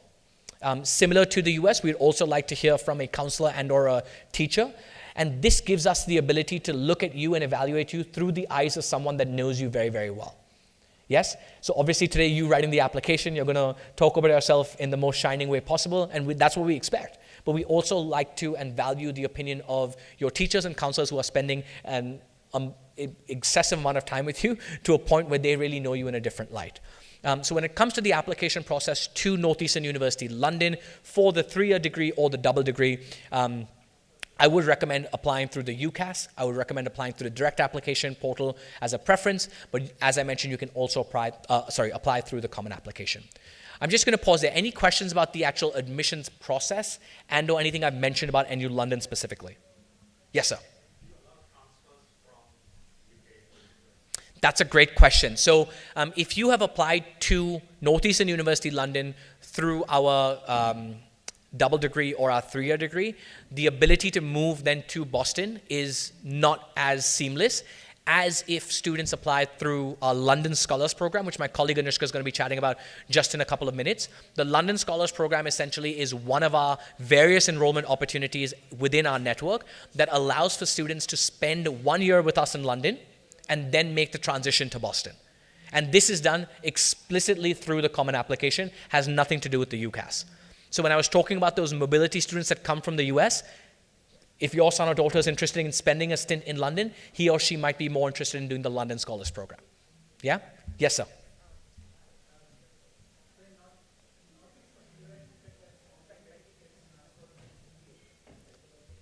That is correct, sir. Yep, so CBSE is a board that we recognize across our campus network. Typically speaking, in the UK, the concept of having your credits transferred to actual course modules is not as popular and not as common as it is in the US. So the UK modules for your intended degree or major are very clearly defined. And essentially what I mean by that is, say you've taken HR Math and IB, or you've taken an AP in Stats and scored very well, which would be comparable to receiving credit at our campus in Boston, Oakland, or maybe even New York, that would still mean that you need to take fixed modules if you are a 3-year degree-seeking student in the UK, if that makes sense. So there are still fixed modules that you would be required to take because of the fact that it's a shorter degree in terms of duration, as well as more focused and intended on the classes that are non-negotiables. Can I ask a supplementary question? Yes, absolutely. Yeah, so what about the cost of living in terms of the, because you said that you don't have the in-university stay in London. Yep. So how does it translate to cost of living? That's a great question, sir. So typically speaking, it totally depends on the student and the family. The reason I say that is because the way in which these accommodation centers that we have partnerships with work is that you go into a partnership with them based on a duration and a contract. So London students, UK students in general have a lot more free time and holidays than the US students do, and have the ability to come home or to their respective homes a lot more. So students will take durations of contracts that vary. So it completely depends on it. On an average, I would take anywhere between 17 to 20,000 pounds a year, depending on the contract that you select. I meant about a US versus a UK sort of scenario. Yeah, so in terms of our overall costing in the US, we're looking at anywhere between 80 to 85,000 US dollars, and that includes both your housing and tuition. In the UK, most of our degrees are about 24,000 pounds, and that's just for the tuition, not including the accommodation. So when you start adding up and doing the math of various different things, the UK is most definitely a cheaper prospect of education, but we collectively always encourage students not to look at, and parents not to look at it as what is cheaper and what is not, because they're two very different types of paths and experiences that you're having, right? A student who is doing a 3-year program in the UK is a lot more focused about his or her academic intentions, because that ability and flexibility to change majors is not prevalent as it is in the US. Right? Students who would like to study in the UK are a lot more, I would say, maybe focused earlier on than students in the US who want that flexibility from the get-go to explore, to take a couple of classes that they're passionate about and move forward. So largely speaking, we encourage parents not to make a decision based on cost, which don't get me wrong, I know is a very, very important factor in the larger scheme of things, but then also keeping in mind that the cost of living in both of these cities and both of these continents is very, very different as well. Yeah, hopefully was that able to answer your question? Yeah, happy to speak more about it after the session as well. Any other questions about Northeastern University London? And I promise you we're handing it over to Anushka for the last session before we hear from our Chief Enrollment Officer, Satya Dattagupta, and I think that's definitely a session you want to stick around for. But any questions about Northeastern University London, the double degree, the semester in North America, and or the admissions process with the UCAS or our direct application link? Yes, ma'am. It's not just specifically to London, but in a general point of other universities also from Northeastern. Like the kids, they get a very good predicted score, but the final grade drops down from 3 points or more than that. How it would be, because you said it would be conditionally accepted, and a 1 point is accepted, but in our kids' school, we saw that those were dropped drastically for 12th graders this year. How can that be considered? Yeah, that's a fantastic question, ma'am. And if I've understood it correctly, your question is, if there's a substantial drop between the predicted and the finally achieved grade, how do we respond to it? That's a great question. So when it comes to the UK, once again, it would depend on the circumstance and the situation behind it. So for example, if a student has been given a conditional offer of achieving 36 points in the IB, and the final score that they have achieved is 32, our antenna is going to go up immediately, and we're going to ask for answers. Based on experience, I will say that student will probably not have his or her offer honored in any capacity, and they would have to forego their offer of admission. When it comes to the US, we are a little bit more accepting and ready to hear decisions and circumstances around why grades might or might not have dropped. So if reasons are acceptable by our committee, we do something called summer cleanup every year, where we're looking at these final grades and seeing how it's translated into when we've admitted these students. Once again, we're asking these students for context to explain to us what the reason was for with these drops. Typically, as part of experience that we've had, the 1 or 2 points here and there with a substantial reason of extenuating circumstances doesn't take away the offer of admission in our US campuses. Students can be put on some form of probation. It sounds a lot more serious than it is, but they're basically given, for lack of a better way to put it, a slap on the wrist at times. That being said, again, a substantial movement away from where we've admitted you and where you've got your final grade will possibly result in your offer of admission being rescinded as well. So it's totally case-by-case dependent, and I'm happy to talk to you about specific student cases if you have them in mind from students at your school as soon as the session gets over. We had a question in the front. So we'll take the last question in the front. Did you have a question? Yeah.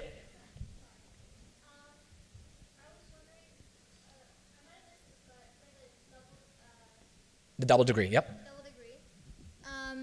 I was wondering if you're able to choose different majors for the double degree? Yeah, that's a great question. So the short answer to that is no. In terms of if you're looking to do business in the UK and suddenly do psychology in the US, the answer is no, because you obviously cannot actually achieve a bachelor's degree in the US in 1 year in a different subject. What this double degree allows you to do is really expand the scope of the courses that you've taken. So if you saw that stat that I put, the slide that we had earlier on, the portfolio of degrees that we offer in the UK are a lot more compact and smaller than that of what we offer in Boston. And what this means is that, say for example, you are a BSc in business degree student at NU London, and you come to Boston to do that 4th year double degree, the amount of classes that you have to select and pick from, with certain specializations that you can take, with certain professors that you can sort of get class exposure to as well, is the advantage as well. In addition to knowing that your degree is recognized in the US. So that's a huge advantage. You cannot major in something completely different, completely beyond the realm. I have a counter question to Go that. ahead. So how does Northeastern honor extracurriculars? Like you're doing a business major and you're starting your own company on the side. You might have to take like a semester off. How does Northeastern honor that? Are you able to do that? Do you get credit for that? How does that work? Yeah, so is this after you're a student at Northeastern, or is it during the application process, just to confirm? After. Got it. So if you're a student at Northeastern and you're a budding entrepreneur and you would like to take some time off, say from a semester or from school to work on your startup or on your business idea, it's definitely a decision that you are making on your own volition. We would support that in saying that if you have a substantial reason for taking a leave of absence for, say, a 6-month period or a semester period, it's definitely something you can work very closely with your academic advisor on. In terms of receiving credit from it, I don't necessarily think we've actually administered credit in the past. That being said, this is where the concept of our co-ops really comes in. So if you are a business, I'm just going to use business because it's arguably the most universal. If you're a business major and you're looking to sort of work on your startup in your free time, what you would probably be advised, I'm not an advisor at Northeastern, so I wouldn't say this for a fact, but what your academic advisor would probably do is try and see if we can identify a co-op for you in a location of your choice, in a geography of your choice, that allows you to actually work on said business and project within the co-op. So what that means is that you are still being a student, of course, and having that co-op be a part of your experience, and you're not taking a leave of absence where you would need to make up a semester. So you're essentially finding a really happy marriage between your individual project and what a co-op might offer. Because as we mentioned, there are over 3,000 different co-op employers, which is even more co-op opportunities, and each of them are different every single semester. So largely, the answer to that question is no, we don't offer independent credits that you are working on outside of any Northeastern sponsored co-op and or internship, but it's definitely something that our advisors would see how we can marry in some capacity to picking a co-op for you that you can apply to that makes the most sense with your intended agenda for that leave of absence. Does that make sense? Yeah. Yeah? Fantastic. All right, I'm going to invite Anushka back up for our last session. Like I said, we have spoken a lot about our campus network, and she's going to lead this session talking about the various enrollment opportunities we have in Oakland, in London, now in New York, as well as how you can possibly be mobile across all. Thank you, guys.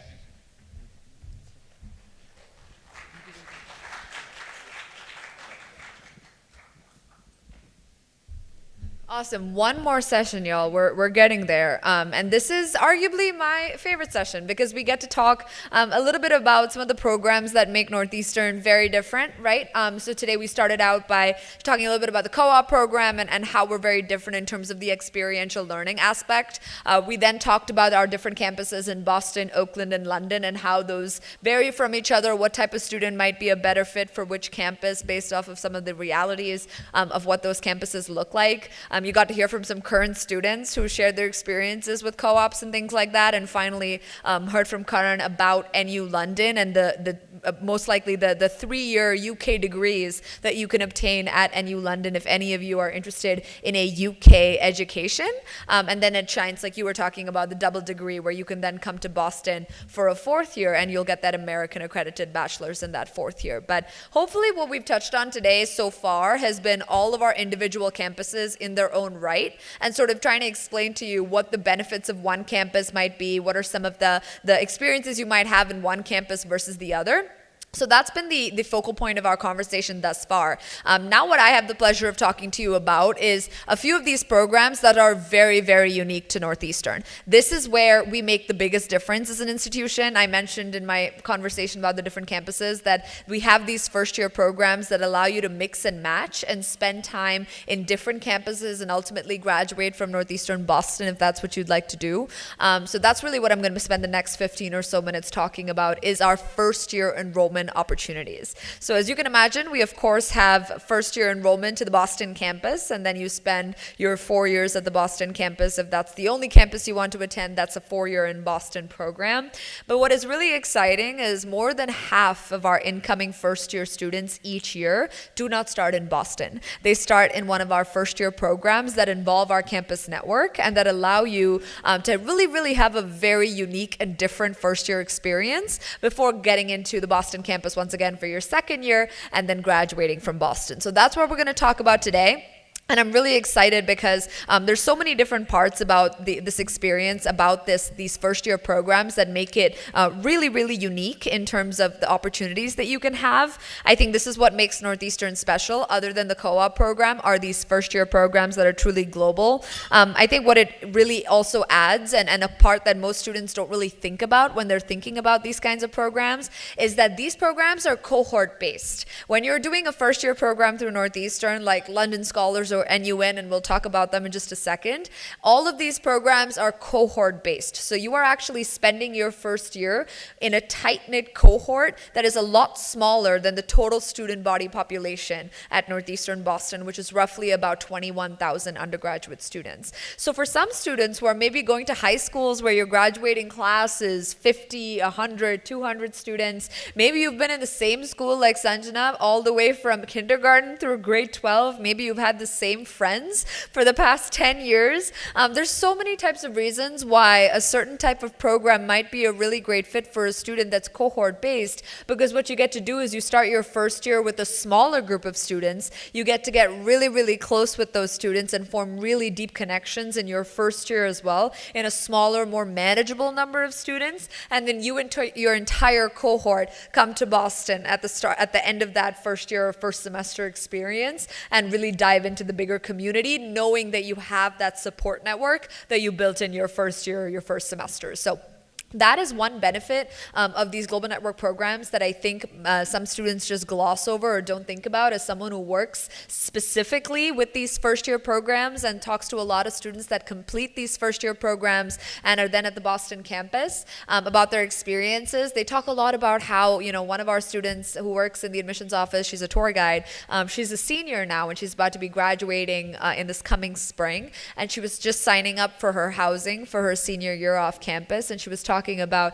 how her roommate is actually the roommate that she had in her NUN semester during her first semester of freshman year. So the roommate that she made in her first semester in Rome through the NUN program, she has lived with that student the entirety of her 4 years. Her closest friend group are the students that she had in NUN, and through them she's been able to, of course, make friends in the larger Boston campus, but she always feels really comfortable knowing that she's had this group of students that she met so early on. So that's just an example where, she felt like she really wouldn't be able to jump into a student body with 22,000 students immediately. That can be a big transition for some students, and it's so important that you meet yourself where you're at and you're very honest about what you want from your first experience, your first year, your first semester. So that to me is one of my favorite parts of these global network programs, these first year experiences, is that they're cohort based and they allow you to go to some really cool places, and over half of incoming students at Northeastern join us through these kind of first year opportunities. So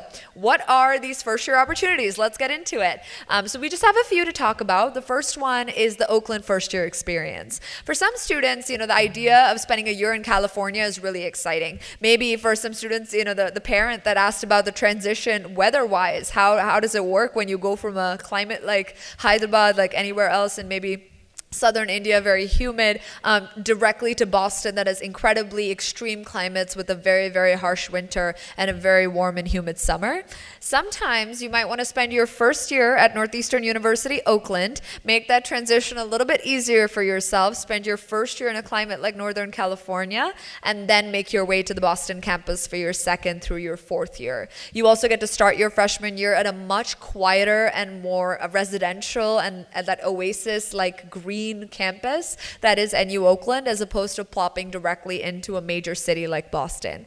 So there's a lot more connections in between students because it's a little bit of a smaller campus community. It's a cohort-based experience like we talked about. You get to be in Silicon Valley in the Bay Area and take courses in those industries that are booming in that part of the country. And then you bring all of those classes, all of those credits, all of those grades right to Boston for your second year. There's no change in the transcript. All of your courses are reflected on the same exact transcript.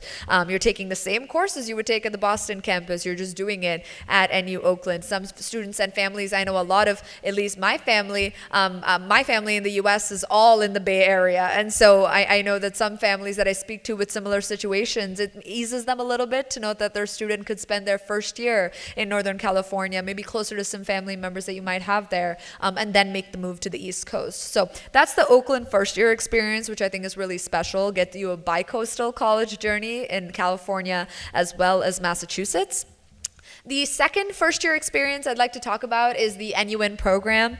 NUN is a program that we've offered for close to 20 years at this point. A lot of students who are interested in Northeastern are familiar with the NUN program. It's essentially a first-year, first semester experience. So it's not a full year. It's just the first semester of your first year, and you get to study abroad with a partner institution for Northeastern, typically in a major city in Europe, with, again, a cohort of students, usually anywhere from 250 to 400 other Northeastern students who are starting their first year experience at a study abroad location that's a partner with us. And you take the same courses you would take at the Boston campus or any of our campuses you would take there. So you're making the same progress towards your degree that you would make at any campus is the same in that first semester. There's no falling behind when you participate in a global program like this. So NUN is awesome because you get to, again, live in some really cool places for your first semester of your first year. This past year, it's a little hard to remember all the site locations because this past year we had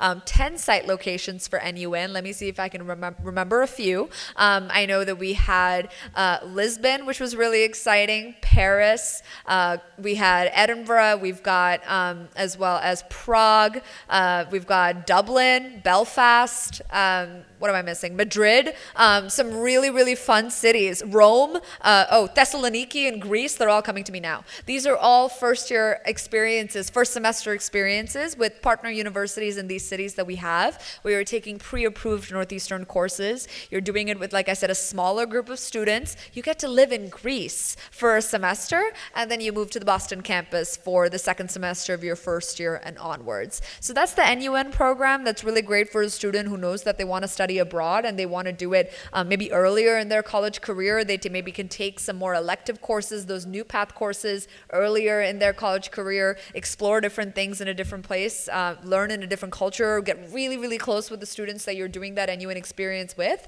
and then you all come to Boston for the second semester of your first year and onwards. So that's the NUN program. 2 more, right? Not too many, I promise. So we're only talking about 4. We're on the 3rd one. London Scholars, probably my favorite of the lot because I work most closely with the London Scholars program. To me, it's really the best of both worlds. London is one of my favorite cities. It's a fantastic city, a global city, a cosmopolitan city. A lot of students like the idea of being in London, going to school in London, spending time in London, but don't necessarily want to get a UK degree at the end of it. They're interested in a US college experience. They're interested in getting an American bachelor's degree.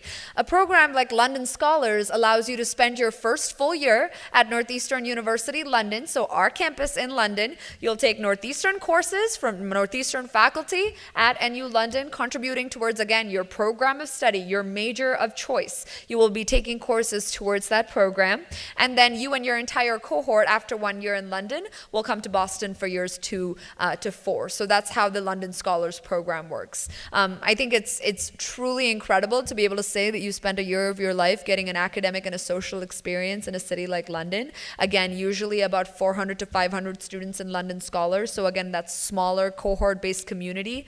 And then you come to Boston and you've made the same progression towards your degree that a student who started in Boston, a student who started in Oakland, a student who did NUN, everyone's made the same progress towards their degree because these are all pre-approved courses you're taking as part of these first-year programs towards your major of study.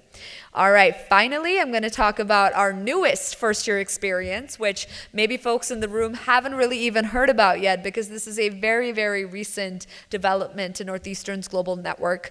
We're so excited. You know, we already, of course, have our main hub in Boston in the Northeast, in New England in the United States. But it's really so special to say that we're now able to offer a first-year opportunity in New York City, also in the Northeast, just a little bit south of Massachusetts, and in one of the best cities and most global cities in the world. Through New York City Scholars, students will be able to spend their first year at Marymount Manhattan campus, or Marymount Manhattan College, which is in the Upper East Side of Manhattan in New York City. So any Gossip Girl fans, this is your chance. You spend your first year in New York City in the Upper East Side taking, again, courses that are going to contribute towards your degree program, towards your academic major, and then you'll move to Boston for years 2 to 4. So this is New York City Scholars, looks very much like London Scholars, just at our campus in New York. And there's more to come in terms of if we're going to be able to offer full year opportunities, full term opportunities at our campus in New York, but this first year experience is just a really great way for students who want to live in New York, want to experience that for 1 year, but maybe after that you're more ready, like Sanjana and Garv were talking about, to be in a city that's a little bit smaller, a little bit more manageable, still the East Coast experience, still the fast-paced cosmopolitan city experience, but not quite at the level that New York is operating at. But you get it out of your system in your first year, you experience it, the thrill and the hustle and bustle that is New York City. And then you get to make your way to Boston. And you get to do that at the start of your second year, once again, with that cohort of students that you spent your first year in New York with. So those are the programs that we have available for first year experiences. Your first year experience in Oakland, NUN, which is just your first semester of your first year, typically in a major city in Europe with a partner institution. London Scholars, which is where you spend your first full year at Northeastern University, London, and then New York City Scholars, where you'll spend your first full year at Marymount Manhattan campus in the Upper East Side in New York City. And then join us for all of these programs, join us in Boston for either your second year or the second semester of your first year. I know it's a lot to keep track of. There are, of course, detailed pages on our website that talk about these programs, so you can learn more details about them, but I want to touch on some parts that are uniform across all of these first year opportunities, right? So regardless of whether a student is participating in NUN, London Scholars, New York City Scholars, starting in Boston, starting in Oakland, we want to acknowledge the fact that this is still the first year experience for those students. That first year is so important for a college student. It's your first year beginning college, maybe your first time living away from family, your first year transitioning, in this case, to a new country. There's a lot of moving pieces and a lot of things going on. And so these are not unsupported programs. These are not programs where you were sort of left to chart your own path in these different campuses and these different experiences and then figure your way out to Boston. This is all entirely managed by Northeastern. People like myself that work with these first-year students in the admissions process, and we're closely supported by the Global Experience Office, or GEO, that really works on all of the programming that goes into making these experiences what they are. So that's something that I want to touch on, some of the parts that really make these first-year experiences so impactful. The first is, regardless of first-year program, whether it's New York City Scholars, London Scholars, NUN, or Oakland, students are taking courses that contribute towards their major of study, towards their degree of study. They are taking first-year courses just like they would in the Boston campus. They're making the same progress towards their undergraduate major and degree in the same pace and the same way that they would if they were a full-time student immediately at the Boston campus or a full-time student in Oakland. There's no difference in terms of the pace of courses and the progression you're making towards the major that you're interested in. So you're not behind when you get to the Boston campus, which I think is the main question on students and families' minds is, but I'm a computer computer scientist. I don't want to take courses, random courses that have nothing to do with CS when I'm in Greece. That's not going to happen. You're going to take courses exactly like you would towards your computer science major in all of these programs. So that's number one. The second part that makes these programs really special and unique, and that really honors the fact that it is still your first semester or your first year of your undergraduate career, is that housing is included as part of all of these programs. We organize your housing, whether it's in NUN, whether it's in London, whether it's in New York City, you will have housing included as part of all of these programs, and it's built into it. It's actually required. It's a residential program, all of our first year programs, because we know how special that residential experience really is for students when they're transitioning to college. It's how a lot of students make their closest friends. It's how you form those deep friendships. It's how you get access to a lot of extra support services through the residential life coordinators, through your dorm leaders, things like that. So housing is very much included as part of every single one of these programs, regardless of which one you're participating in. The third benefit is that this is a Northeastern program. So you have Northeastern staff, faculty, and support at every single one of these locations, regardless, again, of which one you're doing. Your professors will be Northeastern professors. You will be taking courses, like I said, that are pre-approved by Northeastern. Your academic advisors will be Northeastern academic advisors. Your residential life coordinators will also be Northeastern staff. So there is so much of a Northeastern presence at every one of these enrollment opportunities, again, regardless of where it's taking you, whether it's New York or London or Oakland or the many, many NUN site locations that we have. You'll see us, Northeastern staff, at all of these locations. And then finally, I think orientation is a really, really big part of the college experience. We talked a little bit with Sanjana and Garv about what that transition was like, what that was like to move across the world and begin college in a different part of the world, and what are some of the challenges that maybe come along with a transition like that. I think orientation is so important to making that transition a little bit more seamless for a student. We have an entire dedicated team for the Office of Orientation that supports that transition process. So for students who are in some of these global network programs that we offer, not only do they participate in orientation when they arrive at that first location. So let's say you're a London scholar, you arrive in London, not only will you have orientation in London to get acquainted to the London campus, to your residential hall, to your community, your peers, but what you'll also really have is orientation when you arrive in Boston at the start of your second year. It's also that second transition out of your global network program and into the Boston experience that's also managed by the orientation department and the office. So you'll go through a second orientation to really acquaint you to the Boston campus, get you familiar with your university housing, which you are guaranteed in your second year as well. So when you get to the Boston campus, you will be eligible and guaranteed Boston University housing in that second year as well, which is really exciting. So we still honor the 2-year housing commitment that we do offer.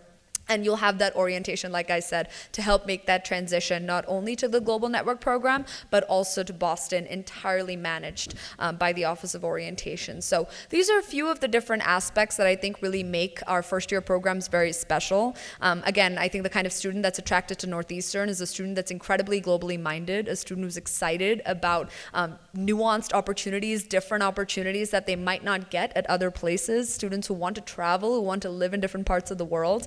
Students who enjoy learning in different communities and cultures, and I think that these first year programs really allow you to get a taste of that and then ultimately come to Boston if that's where you'd like to be and that's where you'd like to graduate from. So that's really what my little pitch for our first year programs. It's one of my favorite parts of my work is working with students that are admitted to us through these global network programs. I think they can be really transformative because of that cohort-based style of learning. I think students who are nervous about transitioning to a community as large as 21,000 undergraduate students at the Boston campus could really, really benefit from a first year experience or a first semester experience that eases that a little bit with that cohort-based model. So again, that's my little spiel about our first year programs. I just have a couple things to talk about now that we've covered so much information in the last 2.5 hours. We've talked to you about so many different programs, all of these first year enrollment options. I want everyone to take a deep breath with me because the good news at the end of all of this is that there are no separate applications to every one of these first year programs. You do not separately apply to NUN and separately apply to Oakland as well as Boston. That would just be cruel, right? So it's just going to be be one application to Northeastern University. Again, we're available on the Common application as well as the Coalition application. And what's really exciting is that when you start filling out the questions that you will fill out specifically for Northeastern, you will actually be able to share your preferences with us for all of these programs. You will be able to choose your top 3 programs and rank them in order of preference. So you'll be able to tell us what your number 1 option is, what's your top choice, your top preference. What are some others that sound interesting and cool that you might want to be considering? And then what are some programs that you're not interested in? That's going to give us, as admissions evaluators and the admissions committee, the information we need to hopefully give you a decision that you're excited about. That is the goal of this entire process, is to give you an admissions decision that you're hopefully really, really excited about and want to accept and want to take advantage of. And so sharing those preferences with us is going to be a really, really big way that you can have your say and put your input into what you want to come out of your Northeastern experience. I will also mention that we are a university with 2 early decision options. We have early decision 1 as a deadline for November 1st, as was early decision 2 with a deadline of January 1st.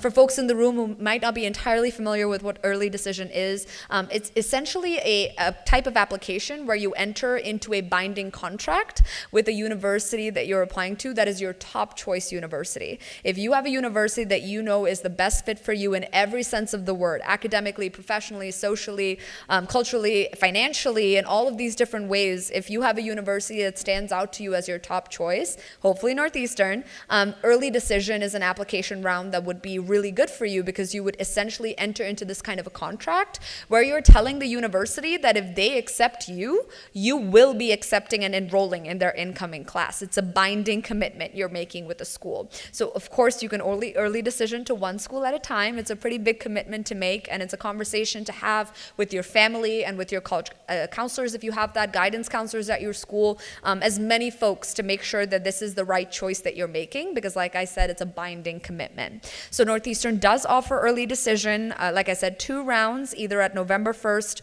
or at January 1st. A few perks for students who are interested in early decision. You will get an application fee waiver, which also everyone who's attended today is getting a fee waiver, so that's a nice little perk, as long as you checked in. Karan's plug to check in is very important. You need to check in, and that's how that fee waiver will kick in for us. But regardless, if you're applying early decision, you will get an application fee waiver, which is really exciting. And then the second perk that I think is really special is all students who are admitted through early decision are actually able to take up to 2 courses worth of credit on a Northeastern scholarship called NU Accelerate the summer before they begin their first year of study. They would take it asynchronously online over the summer, and what that does is free up 2 spots of courses in your academic plan at Northeastern once you get to campus. So you could take 2 courses that you're interested in taking. Sounds like Garv took filmmaking, and he's a business and computer science major, right? So you could use that to take some courses that really just sound exciting and interesting to you. It might help financially. There's so many different ways that I think that little scholarship that covers up to 2 classes worth of credit the summer before you start can be really beneficial, and that's given to every early decision student that commits and comes into Northeastern. So a couple of different perks there I wanted to talk about, since that's very important. And then in case you're like, hey, I don't want to do a binding admissions decision, that's really not the way that I want to go, early decision is not for me, we of course have non-binding admission decision types as well. We've got early action with a November 1st deadline, and regular decision with a January 1st deadline. So lots of different admission rounds. All of this is available in the Common and Coalition application, and that's how you will be able to get us on your list and submit an application. All right, so at this point, I'm actually going to have the pleasure, really, of welcoming someone to the stage, someone who's very, very important to the work that we do, someone who leads this entire enrollment management division. That's the Chief Enrollment Officer for Northeastern University, Satyajit Dattagupta. He's with us today, and I'll invite Satya to come up and share a few words, and then we'll be able to open it up to the rest of the room. Awesome.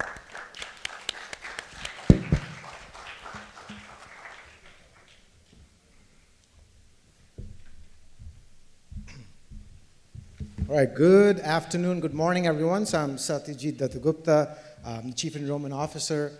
But more importantly, this is an audience that I really relate with, because I was about 17 when I went to the States, and I remember attending a session like this with my mom in the year 2000, and my mother was very nervous about sending me to the States at that early of an age.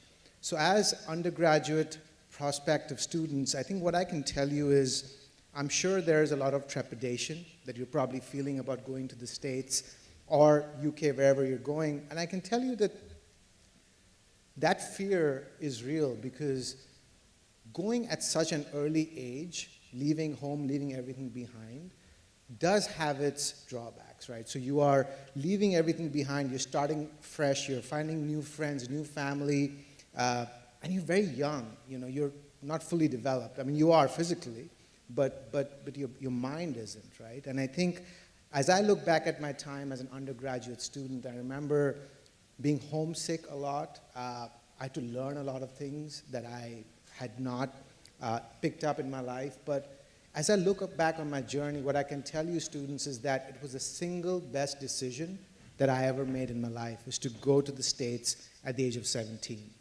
And I think for you, what I would recommend is, if you are somebody that is willing to take a risk, the good news is that you're taking this risk on yourself. And the only person that can decide the fate of where you go is you. Two pieces of advice, students and parents, that I would give you as you embark on this journey. The first one is, be very careful who you take advice from. When I was your age, I remember everybody would give me advice on what the college application process should be. There's a lot of people that will tell you how to do your business. Be very mindful who you're taking advice from. Free advice is actually the worst kind sometimes, where people will just come up to you and say things about this application process, which is actually why we brought this expo to you. This is why we're all here from Northeastern, is to tell you directly what we are all about and what the process is. The second thing, students, that I would tell you, and families too, is that as you think about this, this journey, consider the word fit. It's not always about rankings, it's not always about, you know, what you've heard. It's about whether or not this is the right fit for you. And I hope that during the day today, my team, Karan, Anushka, you can see how passionate they are. They've told you who we are as an institution. Today was not about us in any ways pushing you to come to Northeastern. Today was us about telling you who we are as an institution, and for you to decide if we are the right fit for you or not.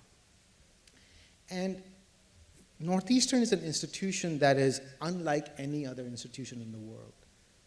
A world-class institution where you will never find a dearth of intellectual firepower, a research-one institution in the top 1% strata of all research institutions in America. It is a global academic powerhouse, okay? And our focus on experiential learning is really what sets us apart. And I do want to talk about that for a minute, because there's no other institution in the world that can speak about experiential learning the way Northeastern can. With 3,000 partners all around the world, 600 locations where we have our co-ops, our co-op program will fundamentally transform who you are as a student. The ability to take what you're learning in the classroom and applying it in the real world while you study is something very few institutions can provide at the scale and at the quality that Northeastern does. So I won't spend a lot of time today belaboring this point, because you've heard about it, but I will end with this, which is that we are not for every student, and I fundamentally believe that. But for the right kind of student, there is no other journey like the one you will find at Northeastern. Students, I can tell you this from my own experience. I didn't realize how powerful undergraduate education can be. It's that one time in your life, those 3-4 years, where you can actually take a risk, where you can actually learn about who you are, make mistakes, get back up, and if you're the same exact person you were at the end of the 4 years, then I don't think college has done for you what it was designed to do. Especially higher education in the United States and the UK is designed to ask questions of you, for you to then find those answers and then become a better version of yourself. You know, there's this saying that Rabindranath Tagore wrote, which is where the mind is without fear. And it's a poem that's very dear to me, and I'm telling you this as well, because if you go ahead and go to the States or UK, you will have to overcome that fear of what you don't know. But at the end of it, you will come out as a transformed version of yourself. So with that, I did want to just thank all of you for coming today. It's not easy to sit through a session for 3 hours, but I appreciate that you took time out of your busy schedules and came and saw us. Again, Karan and Anushka are two people that went through this journey just like I did. They're much younger than me, so they're more in tune with what's happening. But our only purpose today was to bring Northeastern to you in an honest, credible fashion, so that when you do choose to apply to Northeastern, if you do, then you will have heard directly from the people who make the decision. So I make the final decision on who gets admitted to Northeastern, but these are two people that actually are the ones that will work for you, petition for you to get into Northeastern. So they're very, very important people to know, the two of them. So we're all going to be, are we taking questions? We are taking questions. Okay, because Karan said we weren't. Okay. Yeah, we're also happy to take questions if you have any for us. If you are somebody that doesn't like asking questions in a crowd, we're also going to be around and happy to answer questions for you. But I can tell that you've taken a lot in today, so I guess I'll open up. Any questions for us that we can answer before we adjourn, and then we'll take one-on-one questions if that's easier for you. Okay, it's a shy crowd. Oh.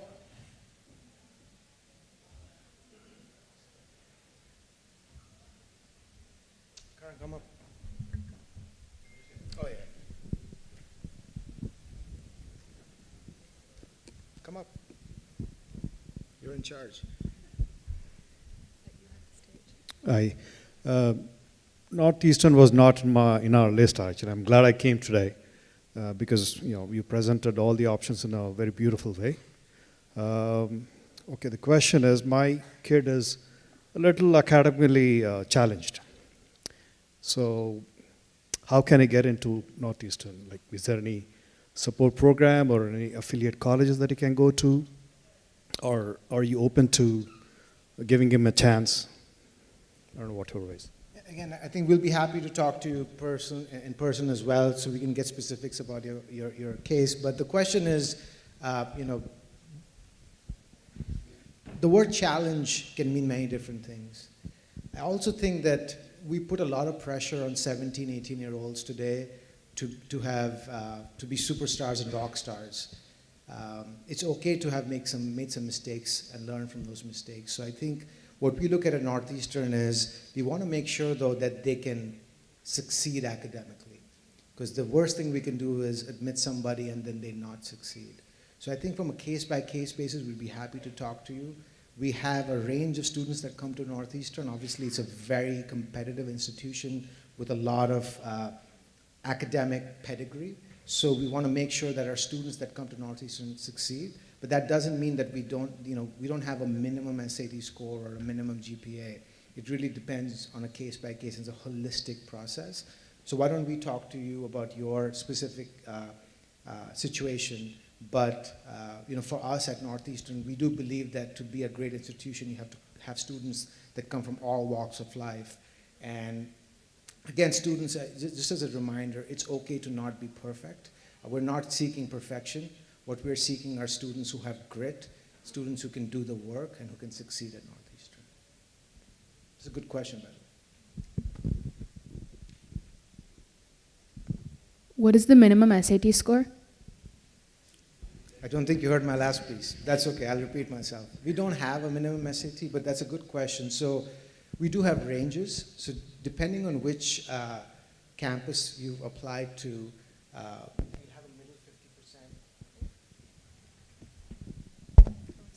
depending on which campus, depending on whichever campus you apply to, we'll have a sort of a range of SATs. Typically at Northeastern, it tends to be in the higher strata, but that doesn't mean that that's the minimum. We do have students that get accepted both below and above that. But we typically don't look at the SAT score as the end-all, be-all. It's one of many things we consider when we admit somebody. other questions?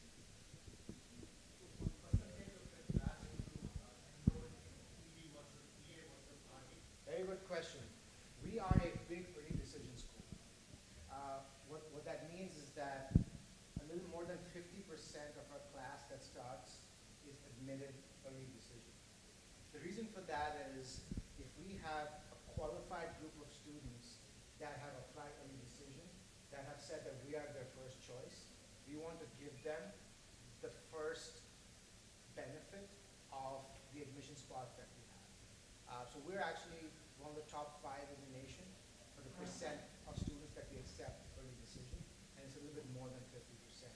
So as Anushka rightly pointed out, you should, if we are your first choice and you feel confident that it's an institution you want to be at, and it's an academic, social, and financial fit for you, that early decision is the right choice for you. But I will say this again, don't take that lightly, because I remember talking to a student once who said that they applied early decision because someone told them they should. Never do that. Early decision should be something that you should apply because we are your first choice, and you're okay with you ending your college search if we admit you. Okay? So early decision has become a big thing in the United States right now because students are applying to many, many institutions, and what happens is when they apply to many institutions, they get into many, right? And then they don't go to many as well. So early decision is a way on our side to secure a group of students that we know want us, and on your side, it's a way for you to secure admission into an institution that has many students applying.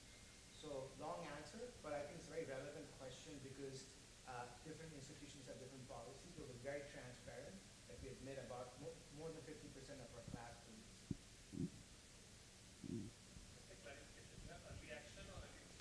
So we have early decision 1 and early decision 2, which is a binding, and we have early action where you apply, which is non-binding, but you do find out sooner than regular decision. So the 50% is for both combined? No, it's just for early decision. Yes? What is your admission rate? What's my what? What is your admission rate? Acceptance rate. Acceptance rate, 5.2%. We admit about 5.2% of our students that apply to Northeastern. One of the most selective institutions in the country. Anything else? Okay. Personal question.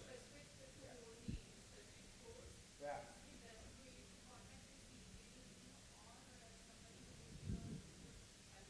That's a good question. So you can stay back and 3 of us will answer your questions, but you also will have an admission counselor who will be assigned to you. You can talk to them, you can email, we have many ways you can reach out to us. But why don't you stay back and we can give you more direction on that. Yes?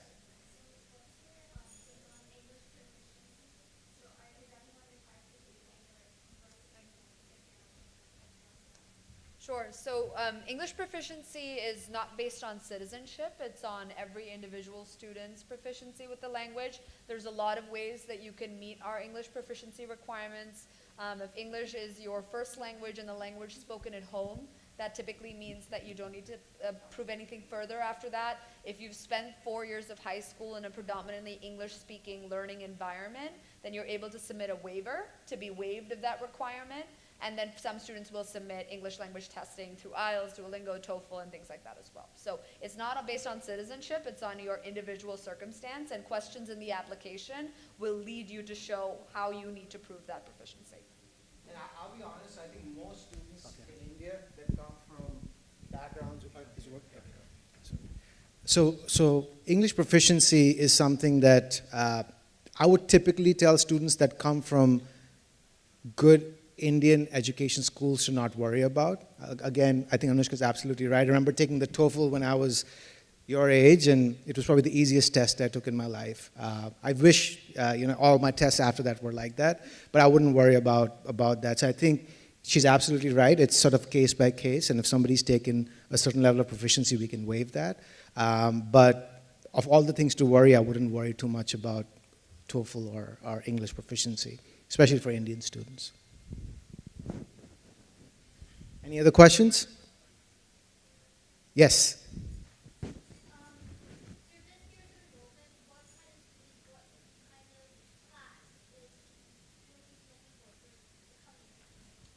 So spectacular is the word. But we are looking, so this is the question that she asked is what kind of students are we looking for? And I think Northeastern is a global institution. So we're looking for students that come from all over the world, students who are academically qualified to do the work at such a rigorous institution, students who have a passion for research, but students who understand the value of experiential education. That is the cornerstone of who we are at Northeastern, and students that really succeed at Northeastern are ones that actually take full advantage of that experiential piece. I think students who have grit, who are adventurous, if you're looking for a campus where you come and are in one location for 4 years, you sit in the library and study and do nothing else, Northeastern's not the right fit for you. But if you're looking for an institution where you get to explore the world, you get to actually work in industry in the area that you're studying, if you're excited about meeting people from all over the world, then I think Northeastern's the right fit for you. So I think I said spectacular, I was tongue-in-cheek, but really our classes are spectacular. And I think what excites me about Northeastern is that the students that we recruit will become Northeastern alums for the rest of their life. And if you meet Northeastern alums, you'll hear the passion that they have for the 4 years that they spent at Northeastern. And I think that's the testament to the work that we're doing at Northeastern. But for us, it's a responsibility that we have because the people that we admit will have the Northeastern brand name with them for the rest of their lives.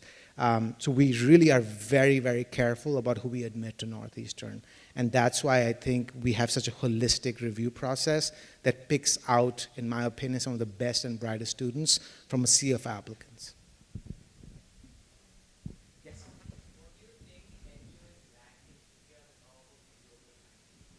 What do I think NU is lacking to be at the top of the global ranking? Oh, we already are at the top of the global ranking in the field that we believe that we matter the most, which is experiential learning. Northeastern for the last decade has been the #1 institution in the world for experiential education and co-op. We also don't focus too much on the rankings, if I'm being very honest with you, because those are relative. There's so many different ranking methodologies. We're an imperfect institution. We can always be better. And I think as we scale as an institution, supporting our students is the most important to us. But I think we own our imperfections. We want to be better. So I wouldn't say that we are lacking in anything specific, but we strive to be better every year. And I think in the area that matters the most to us, we are the global leader.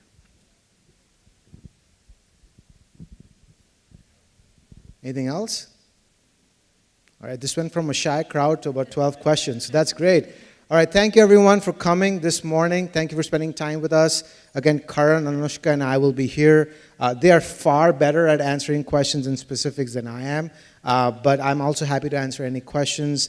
But I see a lot of myself in you, students that had a dream of going abroad and making something of yourself. So I wish you the best in this journey. Even if Northeastern is not part of your decision-making after today, I wish you the best. And I also hope to see some of you on campus in Boston, London, Oakland, and we're also adding a campus in New York sometime in the next few years. All right? Thank you, everyone, and have a great day.